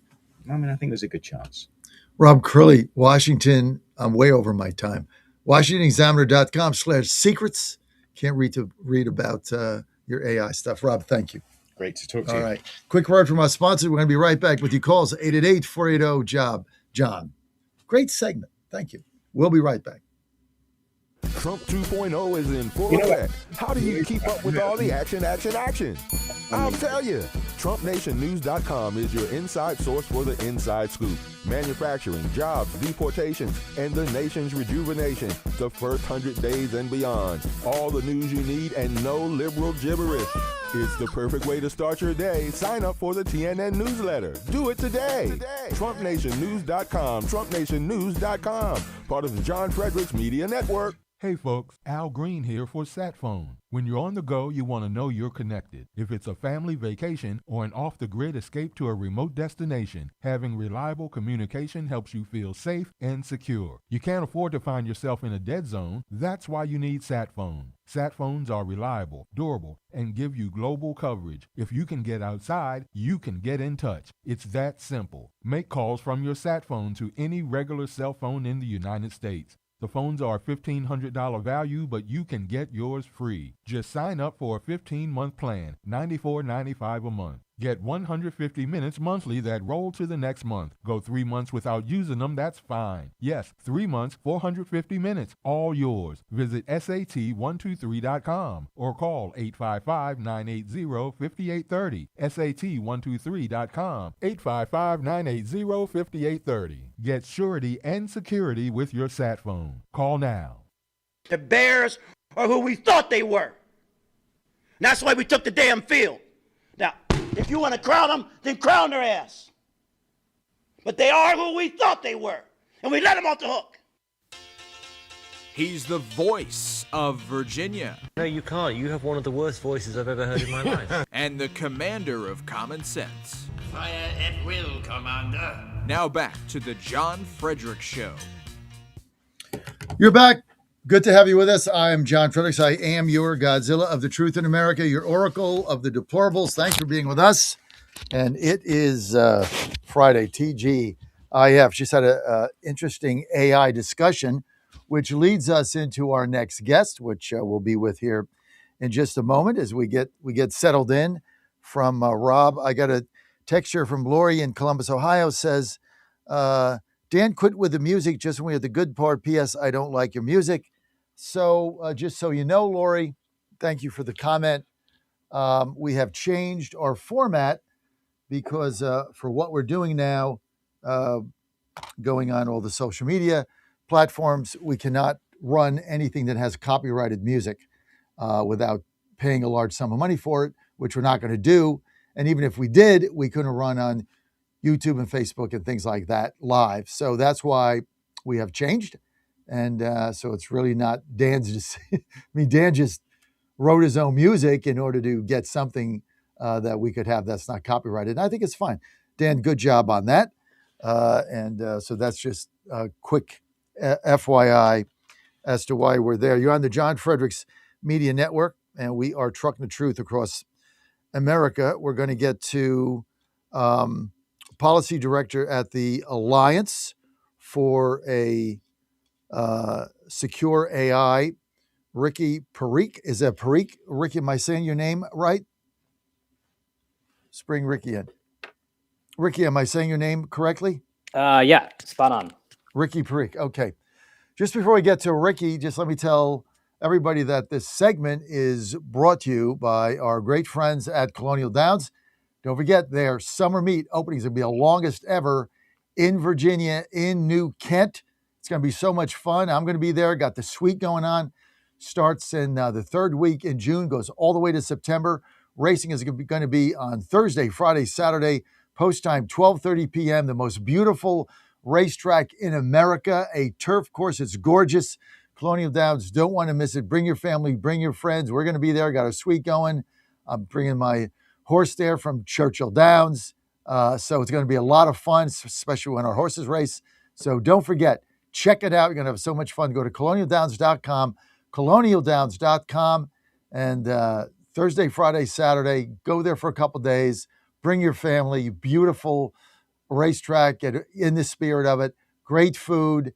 You're going to have so much fun. It is the most beautiful track in the country. And I've been to all of them.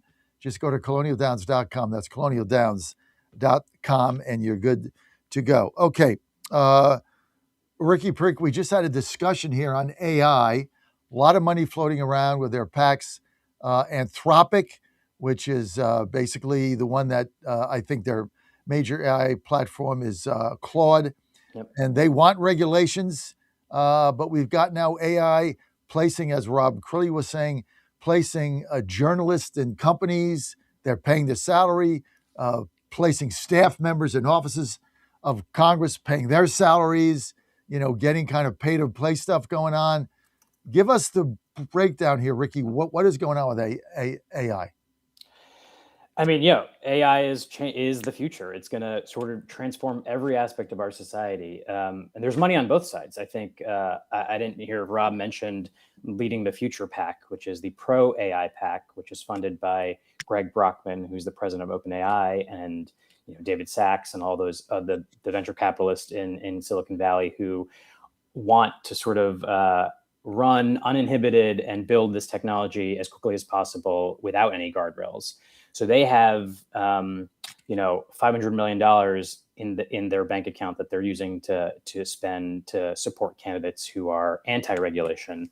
And I think what Rob was mentioning was Anthropic and some other folks are trying to compete with that on the other side. So all to say, whenever there's money in politics, it means that there's a lot of interests at a lot of interested parties. But in this case, it's not sinister. It's not like crypto or oil or other sinister industries. This is something that will radically transform every aspect of our lives, from jobs to national security to healthcare to the way we buy goods, the way goods are produced. So it's transformative technology that requires us to think through how it's going to be integrated into our society. So when you talk about changing all aspects of society, Ricky, and we'll talk about the guardrails in a moment, just define that, right? Define what you mean by that, because, we all think about, jobs, right? It's going to make jobs go away. Yeah. Hasn't cost any jobs in my company. Nobody. In fact, because of AI, I actually hired somebody because of it. So it added a job. So far as our company is concerned, it's +1. But when you say transform society, give us some examples, not for big companies, not for, the C-suites at IBM or something, CEO is making $17 million. Average guy in the street that's got a laptop and a phone. How's it going to change a family's life? Yeah, let's step back for a second. So what this is not like normal technology. I think every other technology, like electricity, the laptop, even the internet, has sort of unlocked human capability in a way that has been a tool for us to use. What the companies who are building this technology are building is really they're trying to recreate the human brain and the human mind in a computer, in a machine through what we call neural networks. That's what artificial intelligence is. So they are basically trying to build intelligence, which is which is a novel sort of feat, and that's why it's an innovation that has never existed before. So when this technology comes around, sure, on a day-to-day basis, you and me, if we use it as a tool for productivity, we can do things on our own that we've never been able to do. I use AI to sort of help me brainstorm, help me put documents together, help me sort of pressure test ideas. So on an individual basis, it can be very powerful and very useful if it's used as a tool to unlock human creativity and capability.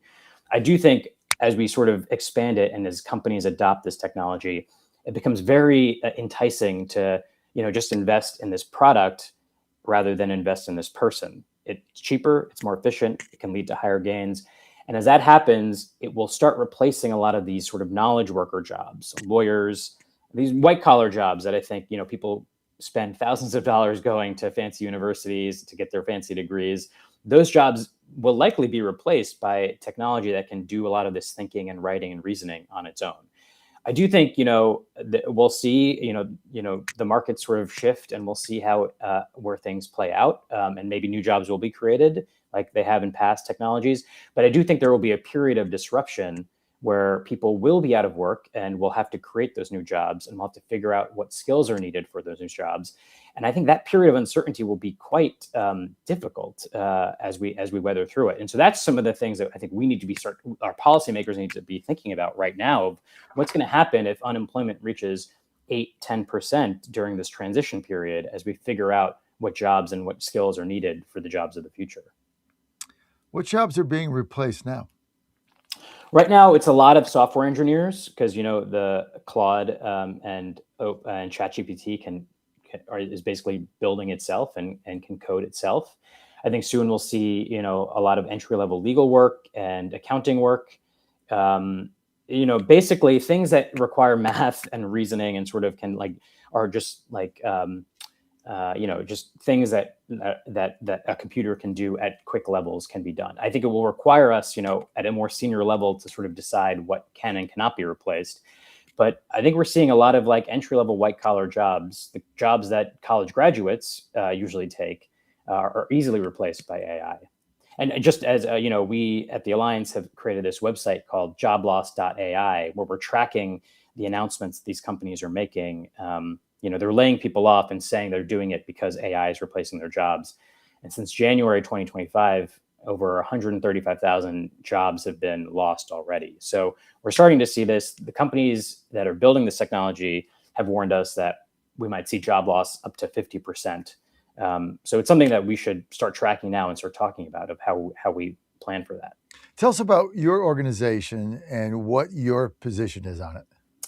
Yeah, so the Alliance we're a bipartisan group based in DC that works with policymakers who are interested in building safeguards into this technology.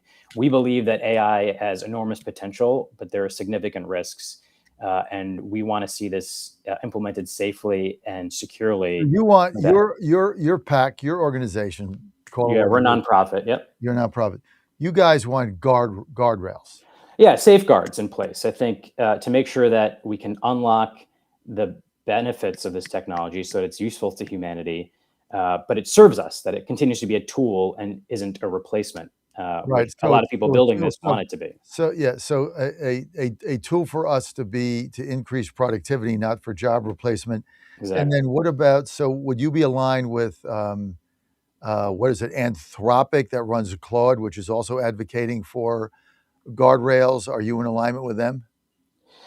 Yeah, so far, Anthropic has been advocating for guardrails, for safeguards. But look, we're not aligned with any company. We actually do not take any funding from any of the frontier labs, specifically because if you're not getting funding from the AI companies, how are you getting your funding? 80%, close to 90% of the American people want guardrails. The Institute for Family Studies, which is a conservative group, just this week released a poll. 80% of Trump voters and 80% of Harris voters all say that the White House should do more to make sure that these models are safe and tested. So why isn't the Trump administration seeing it that way? It's a good question. I encourage you to ask your friends in the Trump administration about that. I think some are. I think in the last couple of weeks, we've seen a lot of internal discussion about how, after Anthropic released this very powerful model a couple of weeks ago called Mythos, which they deemed, and the government has deemed, a significant risk to cybersecurity and potential national security risk. Anthropic has done the responsible thing and not released that to the public, but the next company that comes around might not do that and might release it to the public for commercial benefit. And what we say, and what a lot of our advocate or our allies say, is that the government needs to come in and sort of put some rules in the road for when these powerful models are released, that we can make sure that they're safe and secure before so they're released. explain this model again. Yeah, that raised your concern in layman's terms, so my audience, so it's just clear. Absolutely. Like what would it have done? So Anthropic built this new model that, when they tested it, was able to sort of on its own discover vulnerabilities in software that have gone unnoticed for 20 years. So this one piece of software had a hole in it, basically, that a hacker could exploit, that was just laying dormant in that software for 20 years. On its own, this AI model was able to discover it, patch it up, and fix it. The danger is if a foreign adversary or a bad actor had access to this AI, they could sort of go into all of our systems, hack into our bank accounts, hack into our national security apparatus, and sort of exploit code and hack into the system. Anthropic recognized how powerful this was and decided on, rightfully, that they would not release it to the public. They informed the government of what powerful technology they had, and they limited access to a group of companies to help them patch up their systems, basically, to use it for the public interest. That was the right choice, but that was all voluntary. There was no rules that required Anthropic to do that.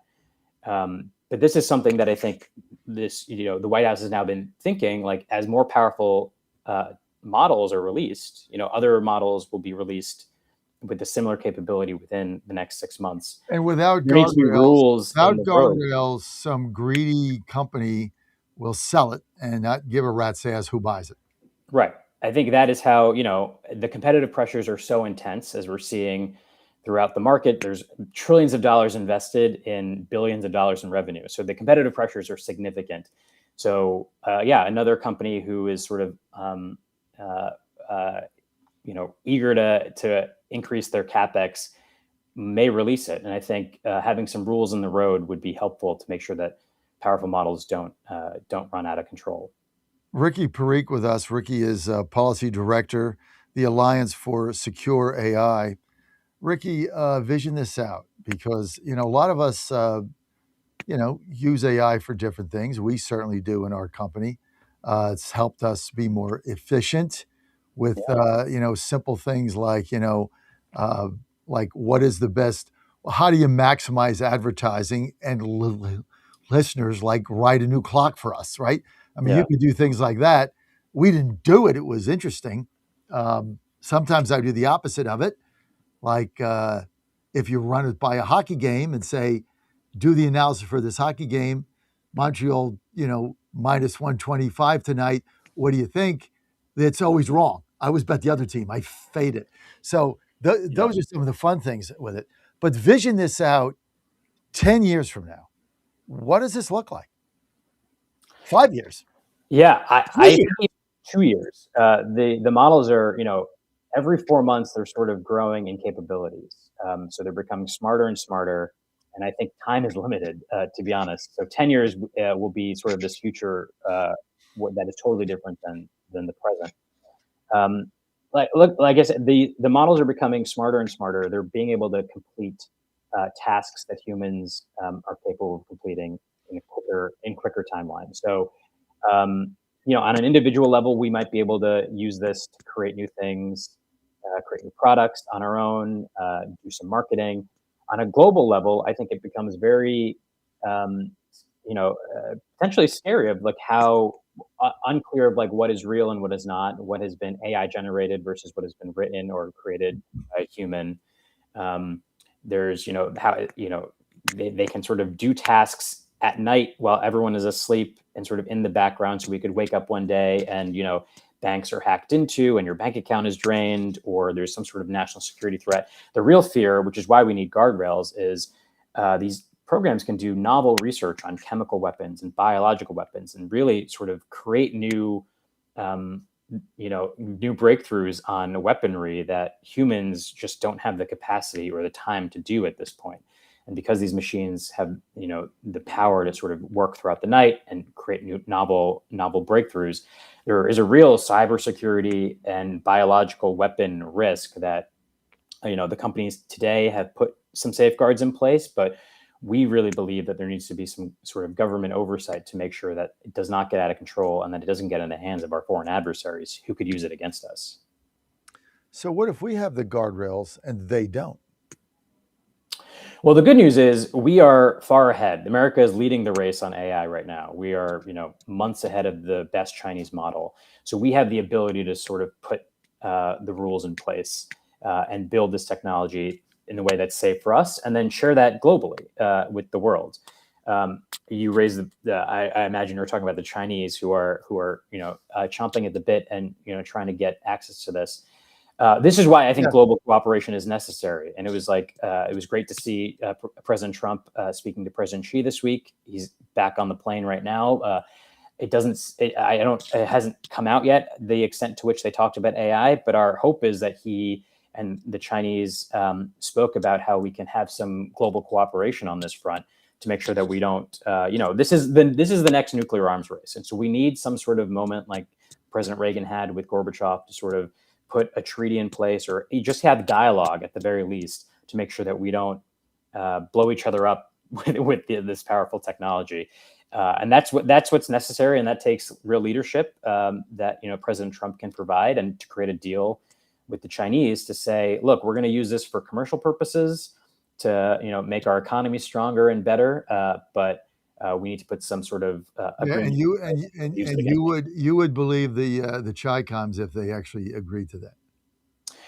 Look, we have to do everything that we did with the Soviets, right? They're the same type of partners. We bankrupted them. We bankrupted them, or they'd still be there. I mean, these people, they like to cut a deal with the Chi-Coms, and you say, okay, we're going to just use AI for productive, commercial, good for the planet purposes. I mean, the minute they can get an edge in weaponry, technology, chemical weapons, hacking, they're gonna take it. They're gonna lie and take it, just like they've been doing for the last 100 years. Sure, and that's why we need to do everything in our power to limit their capabilities. And so, key among that is making sure they don't have access to our most advanced computer chips, which is why we need to, increase export controls on our most advanced chips to China. Because if they have access to our most advanced chips, they can beat us, within the next 4 months. So it's imperative, and many bipartisan members of Congress are pushing for this to make sure that we stop exports of our most advanced chips to the Chinese Communist Party. In the short term, next year, AI, 2027. Yeah. What's our biggest risk? 1 year. Our biggest risk, honestly, is these things become more capable. The incentives for companies to lay people off and just transfer their capital to AI models is very high.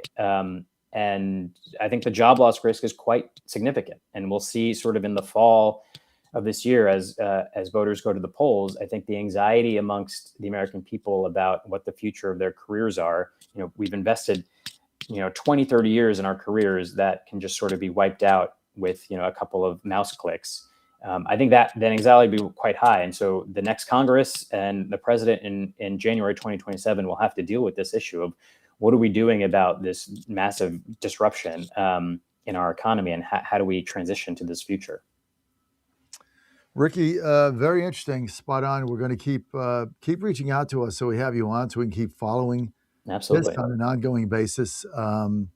Just reach out to Tina. We should have you on every other week for an update for AI. You're very knowledgeable, and I like where you're going with it. I'm 100% in favor of guardrails. I mean, for instance, people like Rob was saying, going on there to figure out how to commit a crime, or right, how to commit suicide, or how to harm somebody. I mean, all that stuff should be flagged immediately. And shut down. The conversation should end as soon as it gets to that point. So that's why we need the that's why we need the restrictions and the guardrails. Ricky, thank you. People want to follow you. Where do they go quickly? We are at secureainow.org, and then my handle is at Ricky Parikh on X. Thanks, Ricky. Thanks for being with us. Virginia Gang next.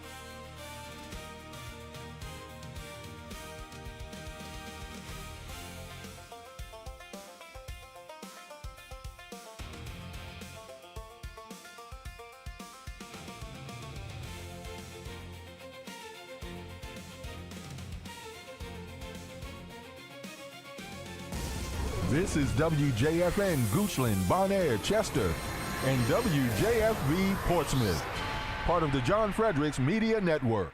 Breaking news this hour from Town Hall. I'm Rich Thomason.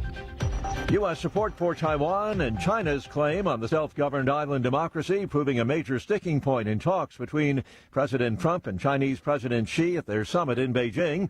Mr. Trump aboard Air Force One, heading back home. On Taiwan, he does not want to see a fight for independence because that would be a very strong confrontation. And I heard him out. Are you going to say you're worried? No, I didn't make a comment on it. I heard him out. I have a lot of respect for him. Mr. Trump says he has not decided whether to allow a major American arms sale to Taiwan to go through. Overall, the president says he is pleased with the way the summit went. We had a great stay. It was an amazing period of time. President Xi's an incredible guy. Got along, made a lot of great trade deals, including over 200 planes for Boeing with a promise of 750 planes. Mr. Trump says China is also committed to buying American soybeans. President adds he's looking forward to welcoming his Chinese counterpart to Washington in the fall. The death toll in a Russian attack on a Kiev apartment building has reached 24. Russia has attacked Ukraine with large-scale air attacks in the days following a ceasefire between May 9th and the 11th, which was something U.S. President Donald Trump had said he had asked Zelensky and Russian President Vladimir Putin to observe. Correspondent Samia Kulab. New U.S. House districts in Florida are facing their first test in court. The state judge is set to hear arguments on a request to block the new Republican-friendly districts from being used in the upcoming midterm elections. Ahead of this morning's opening bell on Wall Street, the Dow futures are down 460 points. NASDAQ futures off 503 points. More on these stories at townhall.com. Maybe this is you too. There's enormous frustration right now with healthcare costs. It is amazing. Healthcare costs for families in the last 20 years have almost tripled, and it just keeps getting worse. All this to say, this is why MediShare is so in demand right now. People are looking for alternatives, and MediShare is proven you can save thousands of dollars a year and actually like it more. Over 1 million Americans are now part of healthcare sharing, and MediShare is the gold standard. It's trusted, it works, it's been helping people save money and have peace of mind now for 30 plus years. It's not some big impersonal thing either. It's a community of people like you helping each other. So yeah, if you're frustrated too, here's your chance to make a refreshing change. You'll notice the difference as soon as you call. They're easy to talk to. You can get a price within 2 minutes. Here is the number. Call 844-41-BIBLE. That's 844-41-BIBLE. 844-41-BIBLE. A series of commemorative stamps honors the Republic's milestone birthday. The U.S. Postal Service has released special edition stamps featuring the bald eagle for America's 250th birthday. The stamps depict the eagle across 5 life stages, from hatchling to adult. They're available for immediate purchase. The eagle has long symbolized American values like strength, freedom, and independence, but it's also considered a major conservation success story. In the mid-1900s, eagles nearly vanished due to pesticide poisoning. A 1972 ban on the chemical helped their recovery. I'm Mike Hempel. Cuban and American officials say CIA Director John Ratcliffe has met with high-level Cuban officials, including Raul Castro's grandson, during a visit to the island. Ratcliffe discussed intelligence cooperation, economic stability, and security issues. News and analysis at townhall.com. A sacred piece of 9/11 steel is making its way across the country ahead of the 25th anniversary of the September 11th terrorist attack at the World Trade Center in New York City. The tour is sponsored by the nonprofit organization Tunnel to Towers. Correspondent Laura Winters reports from one of the first of 35 stops across the country. A moving ceremony here in Atlanta as the 16,000-pound steel beam recovered from the South Tower of the World Trade Center arrives on a truck. Dan DeLeon with Tunnel to Towers says this beam symbolizes lives lost in the terrorist attack and the resilience of our country. It's considered sacred because the bodies were never recovered, so it's literally a graveyard. It's important to the foundation, and it's very moving to see it and to be able to be a part of it. Laura Winters, Atlanta. More on these stories at townhall.com. Bad decisions limit future options. Make enough bad decisions and you will destroy your life. Listen to The Flatline with your host, Rick Hughes, every Sunday morning on the John Fredericks Radio Network. The Flatline describes a main line of resistance in your soul, built on God's Word. Join us every Sunday morning for 30 minutes of inspiration, motivation, and education, all without manipulation. That's The Flatline with Rick Hughes, heard here every Sunday at 8:30 a.m. on the John Fredericks Radio Network. President Trump is already transforming Washington, D.C., making it the safest, cleanest, and most beautiful city in the world. But we need fighters on the ground to keep it going. I'm John Fredericks, and I'm running for chairman of D.C. GOP Ward 2 to make sure Trump's vision for this city becomes a reality. Safe streets, clean neighborhoods, and yes, rat-free. Go to MakeDCGreat.com. That's MakeDCGreat.com right now and send a donation. Let's finish what President Trump started. Donation limit $200. I'm John Fredericks, and I paid for this ad. It's finally here, our second annual mega sale. This sale only comes around once a year, so take advantage of the best offers ever while you can. For example, save 50% on our Giza Dream bed sheets, as low as $29.98. And for the first time ever on TV, MyPillow mattresses and MyPillow mattress toppers as low as $99.98. And you save 50% on our Lux Pure 6-piece towel sets. Regular $69.98, now only $39.98. And our best-selling standard MyPillows, regular $49.98, on sale for $17.98. Wait on it, mega sale, only $14.98. But wait, there's more. To make the mega sale even more special, when you order right now, your order's going to ship absolutely free. To take advantage of the second annual mega sale, go to MyPillow.com or call 800-854-0504 and use promo code Godzilla. What if those who were once called conspiracy theorists turn out to be right again? A new study by Korean doctors claimed that COVID vaccines raise the risk of 6 cancers, including lung, breast, and prostate. Researchers analyzed health records from more than 8.4 million adults between 2021 and 2023, and their findings were published in Biomarker Research, a respected scientific journal.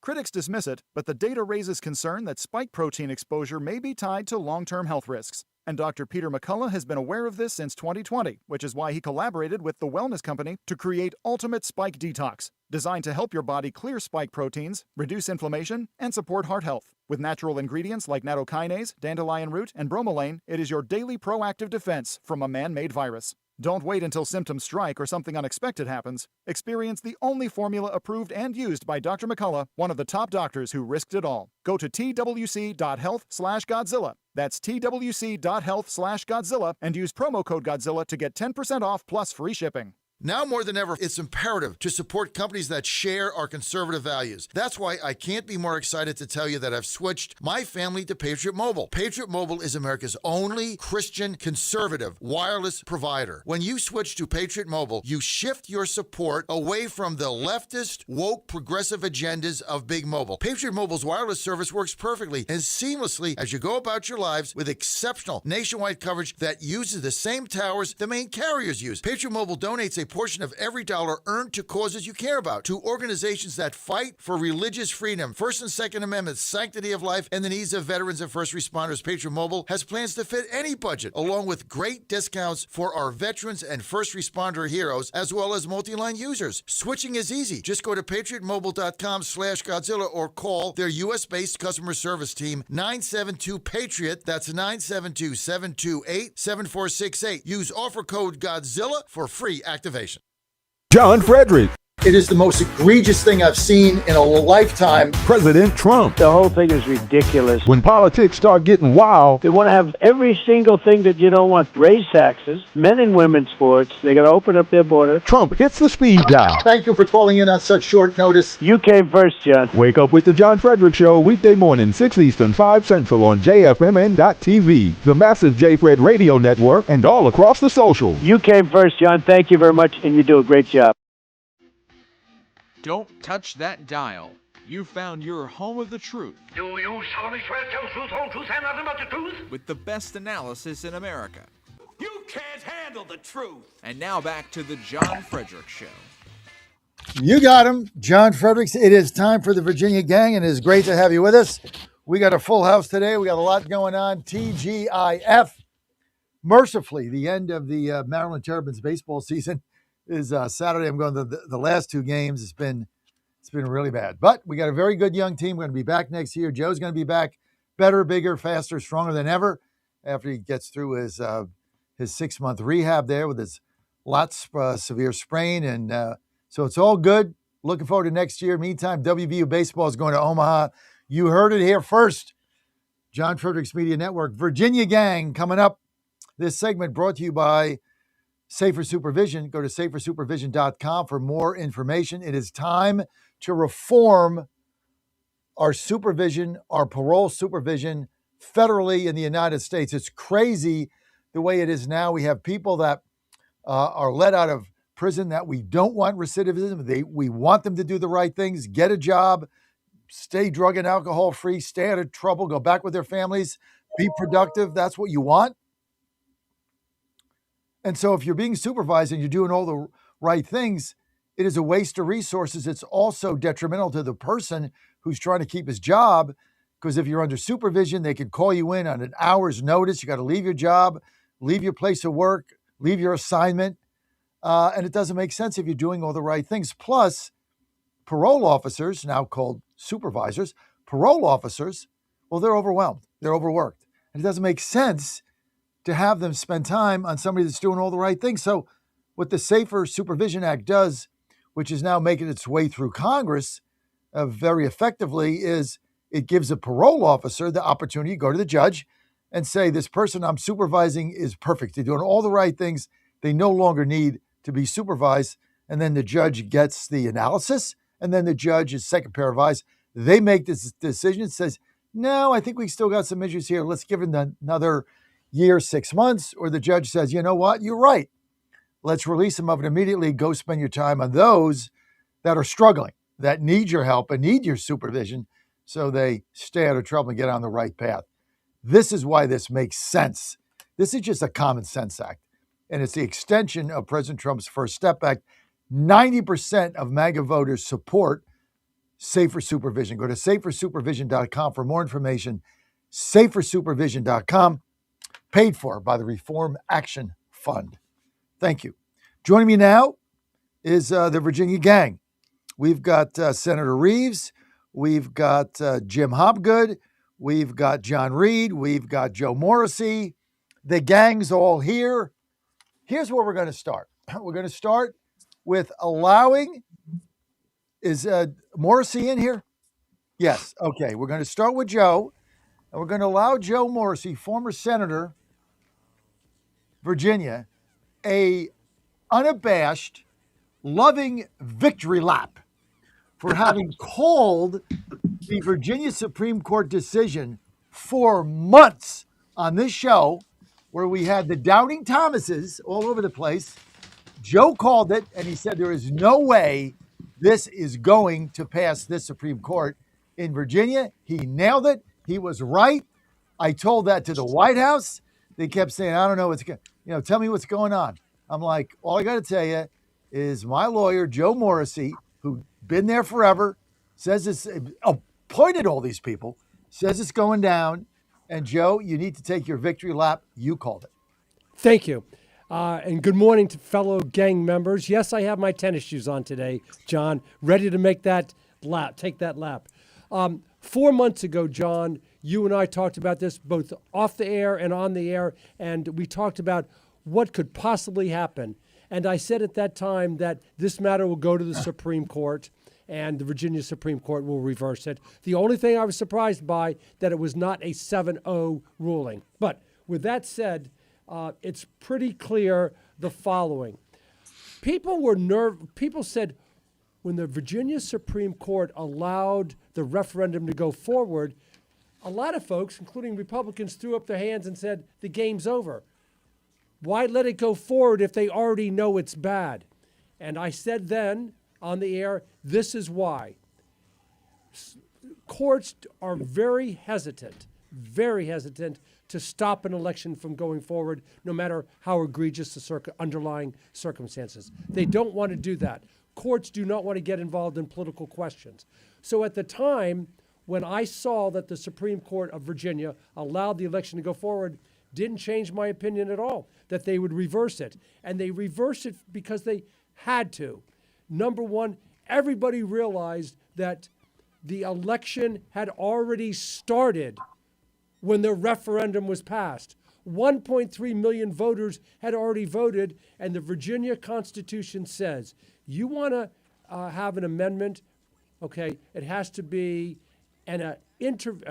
two different General Assembly sessions with an intervening election. An intervening election includes those people that voted early. It's that simple. And they did the right thing, the only thing that they could do. And I read, I'm not sure if you all are familiar with the Jefferson Forum, but I want to give a shout out to them.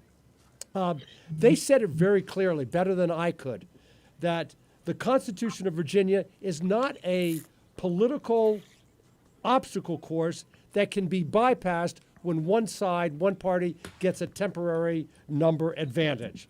They went on to say that constitutional procedures matter, and they do. And you don't just circumvent a constitution, which is like the Magna Carta, because you want to correct some perceived inequity in another state. That's simple, not surprised at all, and now they'll go back to the same seats that they had. Bye-bye, Shannon. Oh well, now they took it to the Supreme Court, asking for an emergency ruling. Bryce, good. Anybody can jump in here. What does the federal Supreme Court have to do with the Virginia Supreme Court ruling? It has absolutely nothing to do, but we want to encourage the Democrats to spend millions of dollars on this effort to the Supreme Court. As much, Hakeem Jeffries, if you're listening, please spend millions of dollars in this fight against the Supreme Court to take it up there.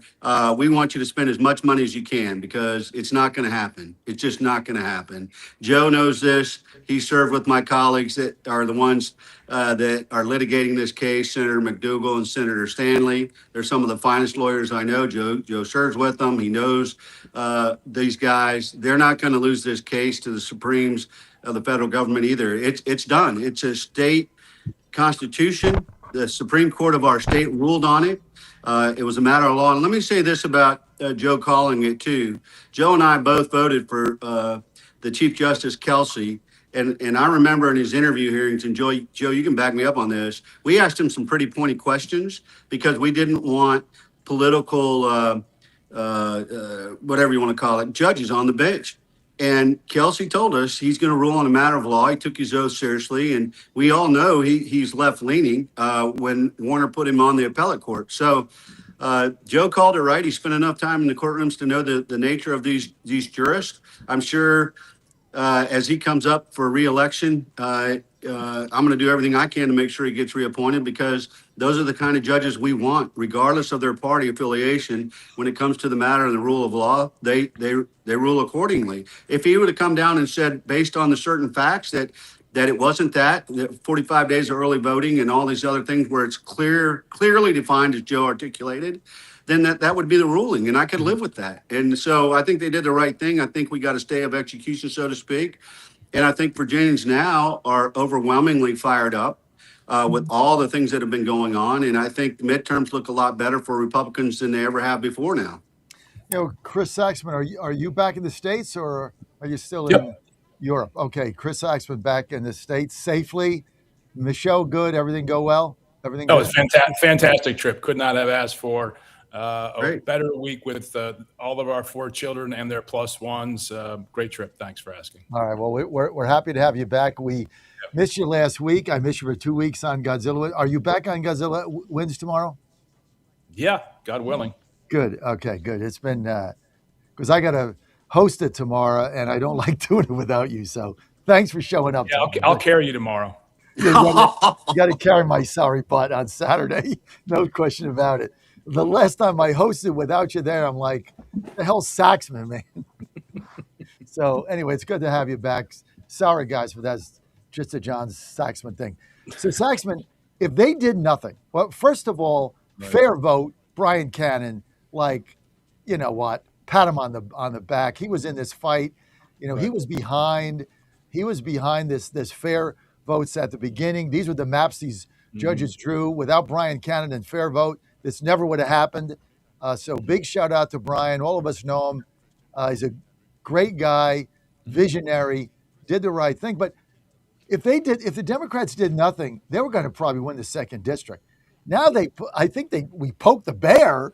I think Higgins is going to win. Whitman's. I don't think they're going to win anything, Chris. Yeah, I think it was and I wrote early on, this is a bad strategic move by the Democrats. And I thought all along, because Abigail Spanberger won Virginia 8-3 congressional districts in 2025, less than a year ago, that there was really no reason to do this, because you can win with the current maps that you have, win fairly. Why harm your brand? And I got to be honest, I was in a cooking class in Rome when I got the news that the Supreme Court had overturned the court case or overturned the redistricting, gerrymandering. And to your point about Brian Cannon, yeah, that's what pays off when you're principled, right? When you stick to your beliefs and you let it ride and you trust the will of the voters. And I think the Democrats have really hurt their brand here in Virginia, which for the last quarter of a century has been a very strong brand electorally, at least in Virginia, winning the suburbs, dominating the suburbs. And they're really in a very difficult place right now. Over the last week and a half has been a disaster for their brand, in my estimation. Reed, weigh in. Do you think John Reed with us, former candidate, lieutenant governor, former host, WRVA. By the way, your morning show, the guy that replaced you over there, Reed, tanking, right? The guy, I think got suspended or something, saying like crazy stuff on the air. Like, what is up with this guy? Well, look, that's a whole nother topic, and I think they're playing it wrong because the poor guy. I mean, he said something that's controversial, and now every Democrat in America is beating up on him. I tell you, if I was in that seat, I would be in their face calling them out for being the hypocritical racial bigots that Democrats are. And unfortunately, he has a company and people around him who are saying, oh, God, grovel, suck your thumb in the corner and act like you're all embarrassed. Don't do that. Never do that. Never apologize to these bastards. They are playing the race card. Unless you're wrong. And he wasn't. I don't think look, I'm from the South, so maybe I have a weird perspective on this. What he said seems pretty benign to me when I live in a society where I hear the N-word every other day from white people and black people in music and entertainment. So, I have pretty high personal standards for how I deal with people, but they're catering to the leftist wackos in the society, and I don't know why anybody would do that at this point. They're crass. But back to the original point, I do think that Republicans are fired up. We took a 15-point loss in the governor's race last year in November, and we closed that gap still with a pretty big voter turnout. It wasn't like everybody stayed home during the referendum in April, and closed it to 3 points. Still not a victory, but closed it to 3 points. And then to hold your breath and hope that enough responsible jurists on the Supreme Court would call out the obvious law breaking here and win. I think, we'll see. It's still a long way till November, but I think Republicans are motivated, and I'm hoping that there are enough leftists who are humiliated by this situation that it's going to have a positive impact on what we're doing in November. Mark Warner, who is trying to keep his U.S. Senate seat, does not seem up for the job. I mean, he's got $1 billion, so he can write a check and make himself look good if he wants to. But I don't think that guy is ready for the campaign ahead. It's going to be abbreviated for him, which will help him. But if we get a really aggressive, smart candidate running for U.S. Senate, and a couple of things break in our favor, I think we might see some surprises. That's what I'm going to work for. Well, Jim Hopgood, I'll get to the Warner thing in a minute, but you were on the radio a long time doing basketball games and other athletic events, so you kind of know the game like John Reed and I do. I don't take the same position as Reed. I think as a radio host, you've got to have some brain cells going on that you're interviewing somebody in the South, and you're talking about the African American minority leader trying to become speaker. You know how high the stakes are, and you use a metaphor that you know is going to get you nailed. I mean, you just know it. So, I mean, you got to have some sense about what you're doing on the air, especially when it's a so-called friendly, a friendly interview, so to speak. And I don't blame Kiggins. I mean, she's there on the phone. That's the other thing of being on the phone. You get comfortable. It's not like being on video like you guys are now. You're on the phone. You get comfortable, Jim. And you say crazy stuff. Just ask Huggy Bear in West Virginia. When he was interviewed, he said some outrageous things that, led to him getting fired, along with, DWIs on the side of the highway in the middle of the night. But Jim, I mean, don't you have to have some sense of what's going on when you're on the air? You always have to have the filter, is what I called it. When you see that microphone in front of you, sometimes you can get really comfortable and you think you're just having a casual conversation with a friend over lunch, and you got to make sure that there's a difference when that microphone's in front of you, and you really do have to be careful. It's a big mistake. I don't know if he'll survive or not. Maybe he will, but that's one of those things. I just a quick story. We were doing a game at Wake Forest one time when I was doing the radio for Virginia, and I didn't realize once the feed went up on the Bird, anybody that tuned in early could hear. And in candor, the engineer and I were making commentary on the Wake Forest cheerleaders, which was probably not a good thing to do. But so that I learned that lesson in the board op back at WRVA in Richmond said, if anybody's linked into the satellite already, they can hear what you're saying. So that taught me my lesson early on, that if you're anywhere near a microphone, make sure you're really careful relative to what you're saying. I guess I should make this statement, but who would ever think you'd be making comments about the Wake Forest cheerleaders of any school in the ACC? It just doesn't fit. It doesn't fit the mantra. And I'm detecting, by the way, that you're a West Virginia and Maryland fan here. Yeah, well, hey. Yes, we have a big network in West Virginia where they're broadcast flagship. They're going to Omaha. I have no doubt about it. The baseball team. They're going to the tournament this weekend. We're sending out our beat writer there to, I think, surprise Arizona. But Maryland baseball, we got 2 more games against Penn State. The season coming to a merciful end. My son's not been part of it because he got hurt in the second game. He was out for the season, took a red shirt, but it's been tough. But look, we got a good young team, and 27 is going to be different. Hey, John, let me weigh in about the comment. First of all, yeah. I think, Jim, I already held you at an elevated stature, but now that I hear that you were commenting about the Wake Forest cheerleaders, if I had heard it, that would have made me tune in more often and longer to you had I been aware of that. So kudos to you for that. With regard to Rich Herrera's comment, he did not. Jim is right. The filter was off. John Fredericks is right. He should not have said it. For the listening audience, what you don't think it was kind of a benign phrase? Well, I'm getting to that now. You don't think that's okay? Yeah, let me address that right now. For the listening audience, wait a minute. For the new, hold on. For the new listeners, we haven't defined what he said. I'm just about to do that. Yeah. So Rich Herrera is a local morning talk show host for a competitor in the Richmond market, and he was talking about Hakeem Jeffries, the minority leader in the House of Delegates, an African-American, meddling in the Virginia redistricting matter. And he said on the air about Hakeem Jeffries, keep your cotton-picking hands out of Virginia. Now, cotton picking, of course, has a very, very negative connotation. And the point is whether John Reed, cotton picking? Yeah. Now, here's the thing. I mean, I think it's kind of like varmint. I don't know. I was thinking about this when it happened. Okay. When we were little kids, I heard little kids all the time, you steal your brother's toy or truck or this. Keep your cotton picking hands off my stuff. Okay? Right. However, that's kids. They don't have any concept of what they're saying.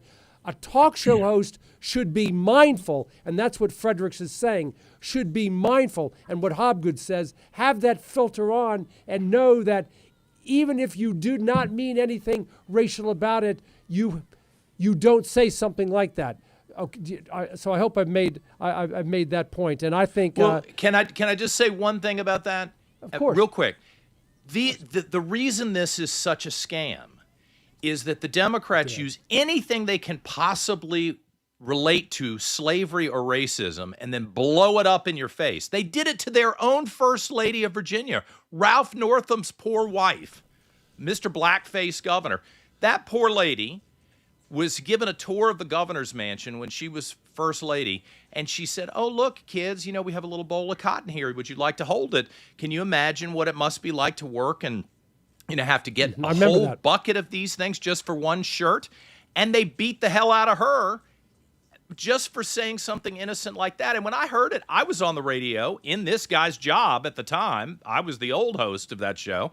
And I said, why are you beating up on your own First Lady for an innocuous comment, which is a legitimate thing to point out to these kids? They are brutal to their own people. And I think it's really... Because they can. I mean, there are some words like the N-word and other things that you can't say and you shouldn't say.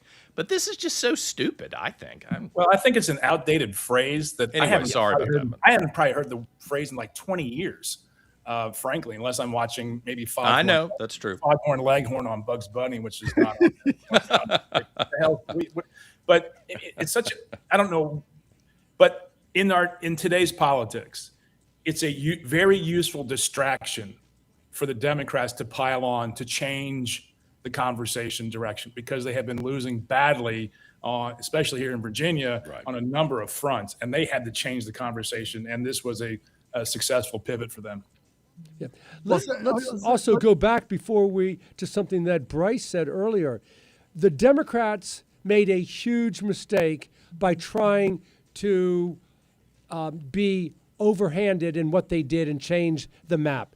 Huge mistake. You don't do that. And it is going to backfire on them. There's going to be a new joke circulating. Quick question. What's the quickest way to burn $70 million? Oh, I don't know. How about try to override a Virginia constitutional mandate? But with that said, they are going to pay the price for what they did. You don't suspend the Constitution because of some intervening factor. We did it in World War II. We interned Japanese Americans. We got rid of or suspended habeas corpus and because it was a dire circumstance. No, that's when you double down and you make sure that you adhere to the tenets of the framers and the Constitution. And that's the U.S. Constitution. In Virginia, it's a sacred document, the state constitution, and the Democrats said this, we can just suspend it temporarily because of what they did in Texas. Yeah. What garbage. And it's going to backfire on them. And let me tell you the people that are infuriated, Southwest Virginians.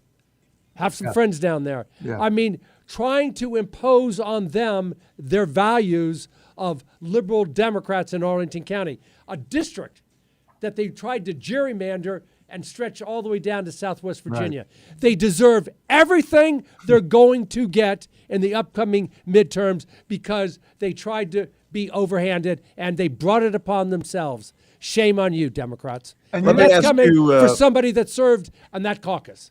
Just a quick question for you gentlemen. I consider you the experts. Will they try to do it again in advance of the 28 elections? Yeah, it's going to fail, Reeves. I don't think. First of all, they're going to have to win. They're going to have to keep the House, right? They're going to have to keep the House and the Senate. Not sure if they're going to keep the Senate, but I think if it comes up for another referendum, Senator, I think this time we start earlier, get more money, and beat it. Well, we have 3 more referendums in November. If you guys remember that, we've got 3 other ones that they didn't want to put on that ballot at the same time. So you're going to see a lot of more money coming in on those 3 referendums coming up. But Virginians are wiser now. So, and we already have an established kind of defensive program on these things, and people are still fired up. We're still raising money. I think Democrats overall are just losing. Yesterday, I did a TV hit on OAN with Dan Ball, and he played a little 30-second thing about the governor's comments about illegal aliens, and this was all brought up about this prosecutor from Northern Fairfax or Fairfax County being brought up to testify to Congress, and she basically said what we would all say is that they need to enforce the immigration laws, and if they're here illegally, then they should be gone. And I mean, literally counter to exactly what she did in the first 2 hours of her getting the thing. And my comment, and I'll stick by my comment, like John Reed. I said to Dan Ball, I said, did you happen to notice that her nose was growing longer when she was saying that? Because she's nothing but a liar. Until she can be trusted, she says one thing and does another. So that's proof of the pudding that she can't be trusted. So, I call her Pinocchio in and out all day long because I want her to have narcissistic injury and come after me because somebody's got to hold her accountable because her own party's not even holding her accountable. All right, let's bring in my good friend. John, if I can, just before you do, go ahead, Sachs. I think your audience needs to understand the really long game here that Democrats are very concerned about, and that is reapportionment in the states of the congressional seats. With the amount, because congressional representation is not based on voters, it's based on residents. Okay, and with the amount of residents no longer in California because the borders are being closed, because you can't count California's population the way they used to, they're going to start losing congressional seats. And this is what this thing is really all about. It's the long-term play in apportionment for the next round of redistricting after 2030. It's going to be absolutely brutal for Democrats to try to regain a majority in the House of Representatives if they don't do it this year or next. Notwithstanding the fact gerrymandering is still wrong, no matter where you do it, no matter how you do it. And to echo Saxman, the biggest Supreme Court decision that's come down in decades involving reapportionment, it just happened. Louisiana versus Cales. Now, let me tell you, we're not talking about that, but did you read what the Supreme Court said? That they said that the legislatures can't take race into account in drawing distant lines, nor may a federal court tell them to do so in order to rectify past discrimination. Mm-hmm. Folks, this is what's going to happen. The legislatures now, the Democrats in the respective legislatures are going to cannibalize each other. Mm-hmm. I've seen it. I was in the House of Delegates. They will eat each other for lunch because the African Americans will say, we want these 7 seats. Mm-hmm. The other Democrats are going to say, no, we drew that black seat because the Supreme Court said we had to. We no longer have to. And they're going to, I read a statistic, they may lose 25 African American seats in Congress because of Louisiana versus Cales. That's the big obstacle. The Virginia case is going to be a blip on the radar screen when people start to realize what's happening with Cales. No more minority majority districts. Can you believe that? They're gone. And then couple it with the deportations. Oh yeah. Yep. Well, and just look at 26. And then couple it with the deportations that need to happen. Democrats have been relying on this as the method of their electoral success. They've been browbeating conservatives for racial reasons for decades. And now that Donald Trump has has re-engineered the math for Republican victories by getting more Hispanic and black votes. It terrifies them because that's their method of success in getting the majorities. Democrats have to get back on the field of having successful policies. Oh, they don't have that.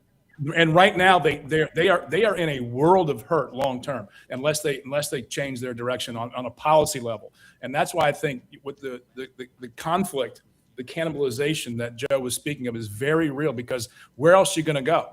They have to get back on the policy game and be more competitive with successful policies at the state and local level, because people are getting sick and tired of it, and the suburbs will turn quickly. No one trusts them. No one trusts them, Chris. No one. Joe, you were in that caucus. Louise Lucas is under huge fire right now. Like, the FBI just doesn't show up and raid your businesses because on a whim. Their whole caucus is in fracas. Like, Bryce, breaking news. Breaking news on this warrant station. Yeah. Breaking news. I'm going to share this with John Fredericks and the gang members. I sat with Bryce in the state Senate when Louise Lucas voted on marijuana distribution legislation. Am I correct? You are correct. Yes, sir. I leaned over to my seatmate, Democrat Barbara Comstock, and said, wait a second. Doesn't she own a cannabis shop? And folks, when you're in the legislature, you cannot vote on legislation that directly affects your pocketbook. Okay? And I was aghast that she's there advocating and voting on legislation dealing with distribution of marijuana when she owns a marijuana shop. Yep. It's just my opinion out there, but it's my opinion. She's a grifter. Well, regardless of whatever you want to say about that, it's not illegal, but it's against the Senate rules. And it was against the House rules to do the very same thing, to vote on bills that affect you personally. Like if a bottled water bill came up, I would have had to have recused myself. William Fralin used to do it all the time when it came to Medicaid, because he ran his business was nursing homes. And you just can't touch those bills. And it changed the math when you're voting for these things on the floor. So it was just, I was kind of astounded by some of the votes that were got no volume. I do it all the time on insurance stuff because I'm a State Farm agent. So even when they were raising minimum liability limits, that downward flow of money means I'm getting a pay increase if it affects my clients. So I would just R36 out of caution. Yeah, right. But she was not only voting for it, Joe, she was openly advocating for it. And if I remember, she signed on as the chief co-patron or a co-patron. It was shameful. Yeah. Bryce is right, folks. Listen, if there's legislation that comes up that can affect you personally, you R36 it. You simply decline to vote. That's right. Bryce did it when it involved insurance issues. Jennifer McClellan, when we were in the House of Delegates, whenever a vote came up with Dominion, she would not vote because she was an employee of Dominion. Right. Kenny Alexander was a mortician. When bills came up involving the mortuary business, he declined to vote. But what happened with marijuana? What happened to marijuana? She's in there advocating for it, pushing for it, and it's putting more money in her pocketbook because she's got a cannabis distribution shop. She was strong-arming people. And it is shameful. Well, whenever that comes up, regardless of the person, these things should be reported widely in the press, because it is against the Senate rules or the House rules when you are voting on legislation that affects you personally. And I'm surprised that nothing ever came about of it. There's like know why, Chris? Oh, probably. You know why they didn't cover it? I think we all because every time somebody says something about Louise Lucas, she sues them for $20 million. Oh, let her sue me. And I have friends here in Richmond. I was a TV reporter here for a long time. They are scared to death to cover Louise Lucas. They're scared to even utter her name on air. Really? And the companies, the newsrooms have said, let's pass on covering Louise Lucas because we don't need a lawsuit. It's really cunning what she's done. After that, let me tell you what I did. Wait, hold on. Let me do a quick poll. Out of 6 of us here, is anybody surprised that this happened? No. Exactly. No. Exactly. What does that say? We all have different areas of the political that we cover, and nobody's surprised. And everybody of my colleagues aren't surprised either. The chickens finally come home to roost. But that's, Joe, you sat in that caucus. You know what's going on over there. They're in total disarray. Total. Oh, That's why we don't have a budget, guys. They are. Before we leave Miss Louise Lucas, when I sat in that legislature with Bryce and saw her voting on it, I had two choices. Just lean over and say, why is she doing this, or do something. Every one of you guys know me. I did something. I wrote a letter to Senate Ethics Committee, and I laid out the facts. I remember that. I laid out the facts. I kept it to myself. I sent it to them and said, is this proper or is this legal? You guys handle it. I just didn't pontificate or throw a flaming dart. I think what Louise Lucas did in the legislature by voting on it was disgraceful.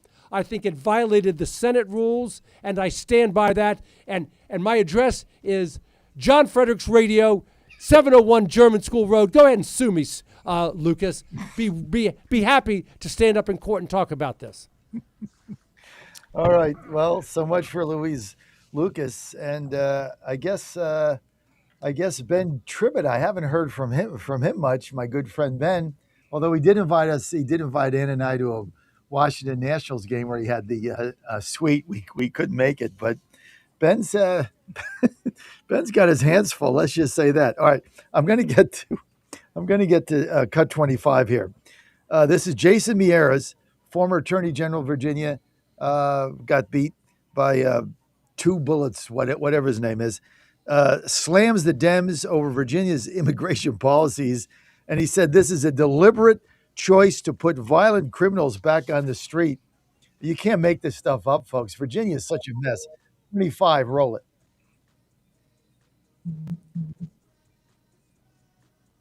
Immigration is not a shared power with states. It belongs exclusively to the federal government. And federal law expressly prohibits state and local governments from restricting communication with federal immigration authorities. Fairfax County's policies do exactly that. This is not non-cooperation. This is a deliberate choice to put a violent criminal back on the street. Okay, and then let's get to Dan. Get to 26 also, where he calls Fairfax District Attorney Steve Descano a social worker. I mean, this is classic. Sitting right next to him. Go ahead. This is hilarious. So critics say that he implemented policies in his office that were more favorable to people who were in this country illegally than those who were citizens of the country or were permanent residents of this country or here legally in some other way. For years, up until weeks before this hearing, his website said the following: wherever possible, Steve will make charging and plea decisions that limit or avoid immigration consequences. If 2 people commit the same crime, but only one's punishment includes deportation, that's a perversion of justice and not a reflection of the values of Fairfax County. He's walking away from that now. What do you say? I think it was one of the more shocking moments of the hearing that he essentially said, don't follow what I say as a candidate. I've always been a big believer, let your yes be yes and your no be no. Descano obviously operates at a different set of standards, but I also think it's pretty sad that it was a congressional subpoena that hauled him in front of a committee that finally forced him to apologize to Cheryl Minter for the policies of what happened to her daughter. And, there's no cry like the cry of a mother that has lost a child. It's even worse when you realize the person that harmed your child should have never been in the country to begin with.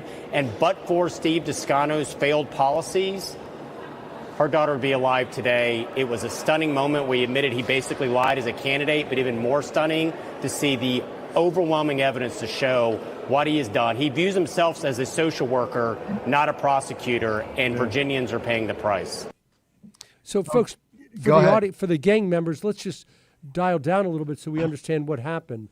Abdul Jalal, Jalloh, was an illegal immigrant from Sierra Leone, and he was charged with second-degree murder, the brutal murder of Stephanie Minter.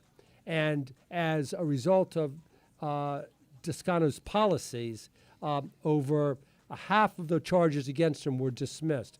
That's why he was hauled up before Congress. I just wanted to put things in context. John Reed, what do you make of this whole thing? Reed, you there? We're not getting Reed's audio. I'm so glad that. I'm so glad that. Oh, is there a Go problem? ahead. I'm so glad that Republicans in the House got this guy in front of the Congress. I'm glad that they were smart enough to pair him with our former Attorney General Jason Miyares, who was always willing to speak out against this kind of passive prosecution where Democrats, for some reason, seem to let the bad guys out in a revolving door situation. Descano is destroying the peace and safety of normal law-abiding citizens in Northern Virginia, and the Democrats refuse to recalibrate here. This mindset is happening in prosecutors' offices all around the United States, but all across Virginia, where you don't actually want to go after somebody, even when they demonstrate that they're a violent threat to society. And this is a winning issue and an important issue, more than the politics. It's an important issue if we're going to have states where the average mom and dad wake up every morning and feel confident that they are living in a place where it's safe, and the elected officials and the police and the prosecutors are looking out for them and not the bad guys. I think Descano is a disgrace and should be out of office. Well, the politics of this are obvious, but what your viewers throughout the country probably don't know is the tremendous amount of vote margin that Fairfax provides for Democrats. And if you're going to go after Democrats in Fairfax, this and education, the declining education system in Fairfax, which was one of the gold standards in Virginia for the longest time, is quietly being talked about are the key problems in Fairfax County. They have a lack of economic growth. Their schools are not performing well. It is becoming increasingly poor. It is becoming increasingly dangerous in the eyes of a lot of folks out there. And Jason Miyares was an outstanding attorney general, and for him to make the case sitting alongside Descano in the hearing itself is extraordinary. And the fact that it's not being covered very well by the press in Virginia is also one of the great untold stories about what's truly going on in Virginia. And this is where the press corps, in my estimation, is letting down the Commonwealth. Jim Helmgood, give us a man on the street view. I mean, we're all involved in this thing. We all watch it every day, including your son Dan, who's my producer. But you're basically home doing your thing, retired. I mean, when you look at this with your family, what is your reaction to this? Well, it's one of the many problems with Abigail getting elected, because you knew, in spite of what she said, that Virginia was going to immediately become a sanctuary state again. And where do the criminals go? They go to sanctuary states, sanctuary cities. And we talked earlier about the 2030 census. The Democrats need these folks. The current estimate is they'll lose 10 to 12 seats in the next census, 4 in California, 4 in Texas, and several in other states. And as Joe said earlier, between Louisiana case and the reapportionment, you're looking at 20 to 30 seats moving from the Democrat side to the Republican side. So it's going to be very difficult for them to maintain control or have any hope of becoming a majority. But, it's tragic, and you think about the folks who are victims of this, and your heart breaks. And it just, they say, the illegals, most of them are good people and they're just here to work. But if you have a family member murdered by somebody who is not supposed to be in the United States, that's not something you get over readily. It's very difficult. And, it's an 80-20 issue, and it's also the reason the Democrats fight so hard against ICE. They need these people here. It's going to be a battle. It probably will depend who wins the presidency in 28 relative to how the count is done in 2030. Heaven help us if the Democrats regain the White House. The illegals will probably be counted in the census in 2030, or at least they'll certainly try to do that. Well, right now that got put down, right, Saxman? They can't count the illegals in the census coming up in 2030. But if you look at the map right now, and then I'm going to open it up. I mean, 2 weeks ago, before Virginia, 2 weeks ago, before Virginia and Louisiana, the Republicans had zero chance of keeping the House. Zero times zero is zero. They had no chance. They only had to win like 2 seats. Now, by my count, you're going to get because of the Cayley decision in Louisiana. When it's all said and done, you're going to get 12. You take away the 4 they thought they had in Virginia. They have a 4-seat majority now. That's 16. The seat in Maine, 2nd District, LePage is up by 26. Gone. Now you get to 17, and they're toast in the Campter seat in Ohio. She's down by 8. Campaign hasn't even started. She's gone. Now they're going to win like 18 seats. They went from a sure thing to I don't think they're going to win the House back, Saxman. Well, when you look at the math of the maps, you can say that's a Democrat district, a Republican district. The problem, okay, that's fine. But what Republicans can't lose sight of right now is the simple fact that affordability and inflation are really hurting people still. And it's one thing to have these conversations. If Republicans don't change the conversation, they're still going to lose in the fall. You can't run at a 4% inflation rate saying you're going to help you run on inflation in 2024. And if that doesn't change, the people are going to go, I don't give a damn. Because what Jim was talking about is the same thing. If you're in Fairfax and you're talking about the Minter case, that's close to you. That's personal. It's more proximate. Nothing's more proximate than when you go to the gas station, you go $5 a gallon of gas. What the hell are you talking about? So that's still politics. So Republicans are buying themselves some more time, but they have got to solve the problems of this country. And in my estimation, there's been a diversion, a distraction, and that they have got to get back on that winning message. And that's hurting the Democrats here in Virginia. They ran on affordability, but they're not doing it. And they can say we passed an affordability agenda. If it's not changing the affordability, it doesn't matter. The people are still going to show up and vote you out. And Fredericks, let me just say this.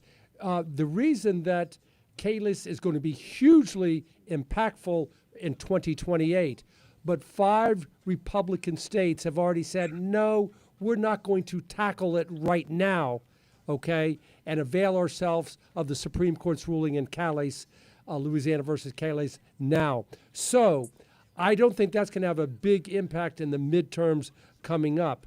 Also, it's 12 seats, Joe. It's 12 seats. Remember, in order to get those 12 seats, John, you've got to redistrict. And as I just said, it's all getting done. No, Joe, that's you can give your opinion. You can't state the facts wrong, right? All of these are done. South Carolina's done, Missouri's done, Alabama is done, Florida is done. I mean, Tennessee is done. You add them all up, Joe, it's 12 seats. The only two southern states that put it off to 28 are Tate Reeves in Mississippi, who stabbed us in the back, typical what he does, and Brian Kemp in Georgia, who never does anything we ask him to do, and he's putting it off to 28. Other than that, all these seats are done in 26, every single one of them. And I know the Louisiana seat is done. Let me ask this: Am I wrong when I say that 4 or 5 Republican legislatures said we're not going to tackle Cayless right now? No, you've only got 2 of them. You've got Georgia and you've got Mississippi, who said they were going to do it, and then the New York Times threatened Tate Reeves with a hit piece saying that he was a racist, and he folded like a cheap suit in the rain. Okay. That's it. For full disclosure, I'm not related to him. Because I used to get emails for that guy. Seriously, get emails. Let me say this. What Saxman said is so true, because I hear it all day long. Everybody goes to fill up. It's almost double what they used to pay. I think Trump's going to be pretty strategic. And if not, John, you need to tell POTUS he needs to open up the reserves by at least September, time for us to get the oil prices down and gasoline. That in itself will help. But the other part that I think, if Republicans were truly smart right now, while they have the majority, is come up with a plan for immigration.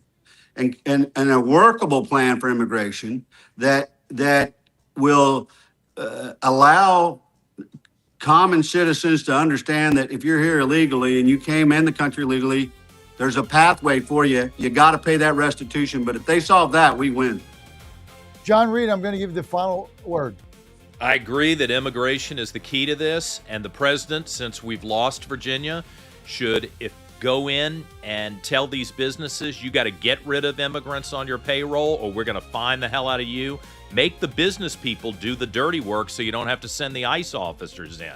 That's one way to leverage this and still accomplish what you need to do. We all have to obey the law, every one of us. And I expect that from this president and all of our elected officials. Sounds like a good opening for the new John Reed show. Okay, let's make it happen. John, you got a phone. I think it dials out. You're on the John Fredericks Media Network. That's it for the Virginia Gang. We want to thank our panelists, Jim Hobgood, Joe Morrissey, taking the victory lap, baby. Go, Joe! Chris Saxman, who had to bounce. Senator Bryce Reeves, not related to the weasel backstabbing Tate Reeves in Mississippi. Thank you.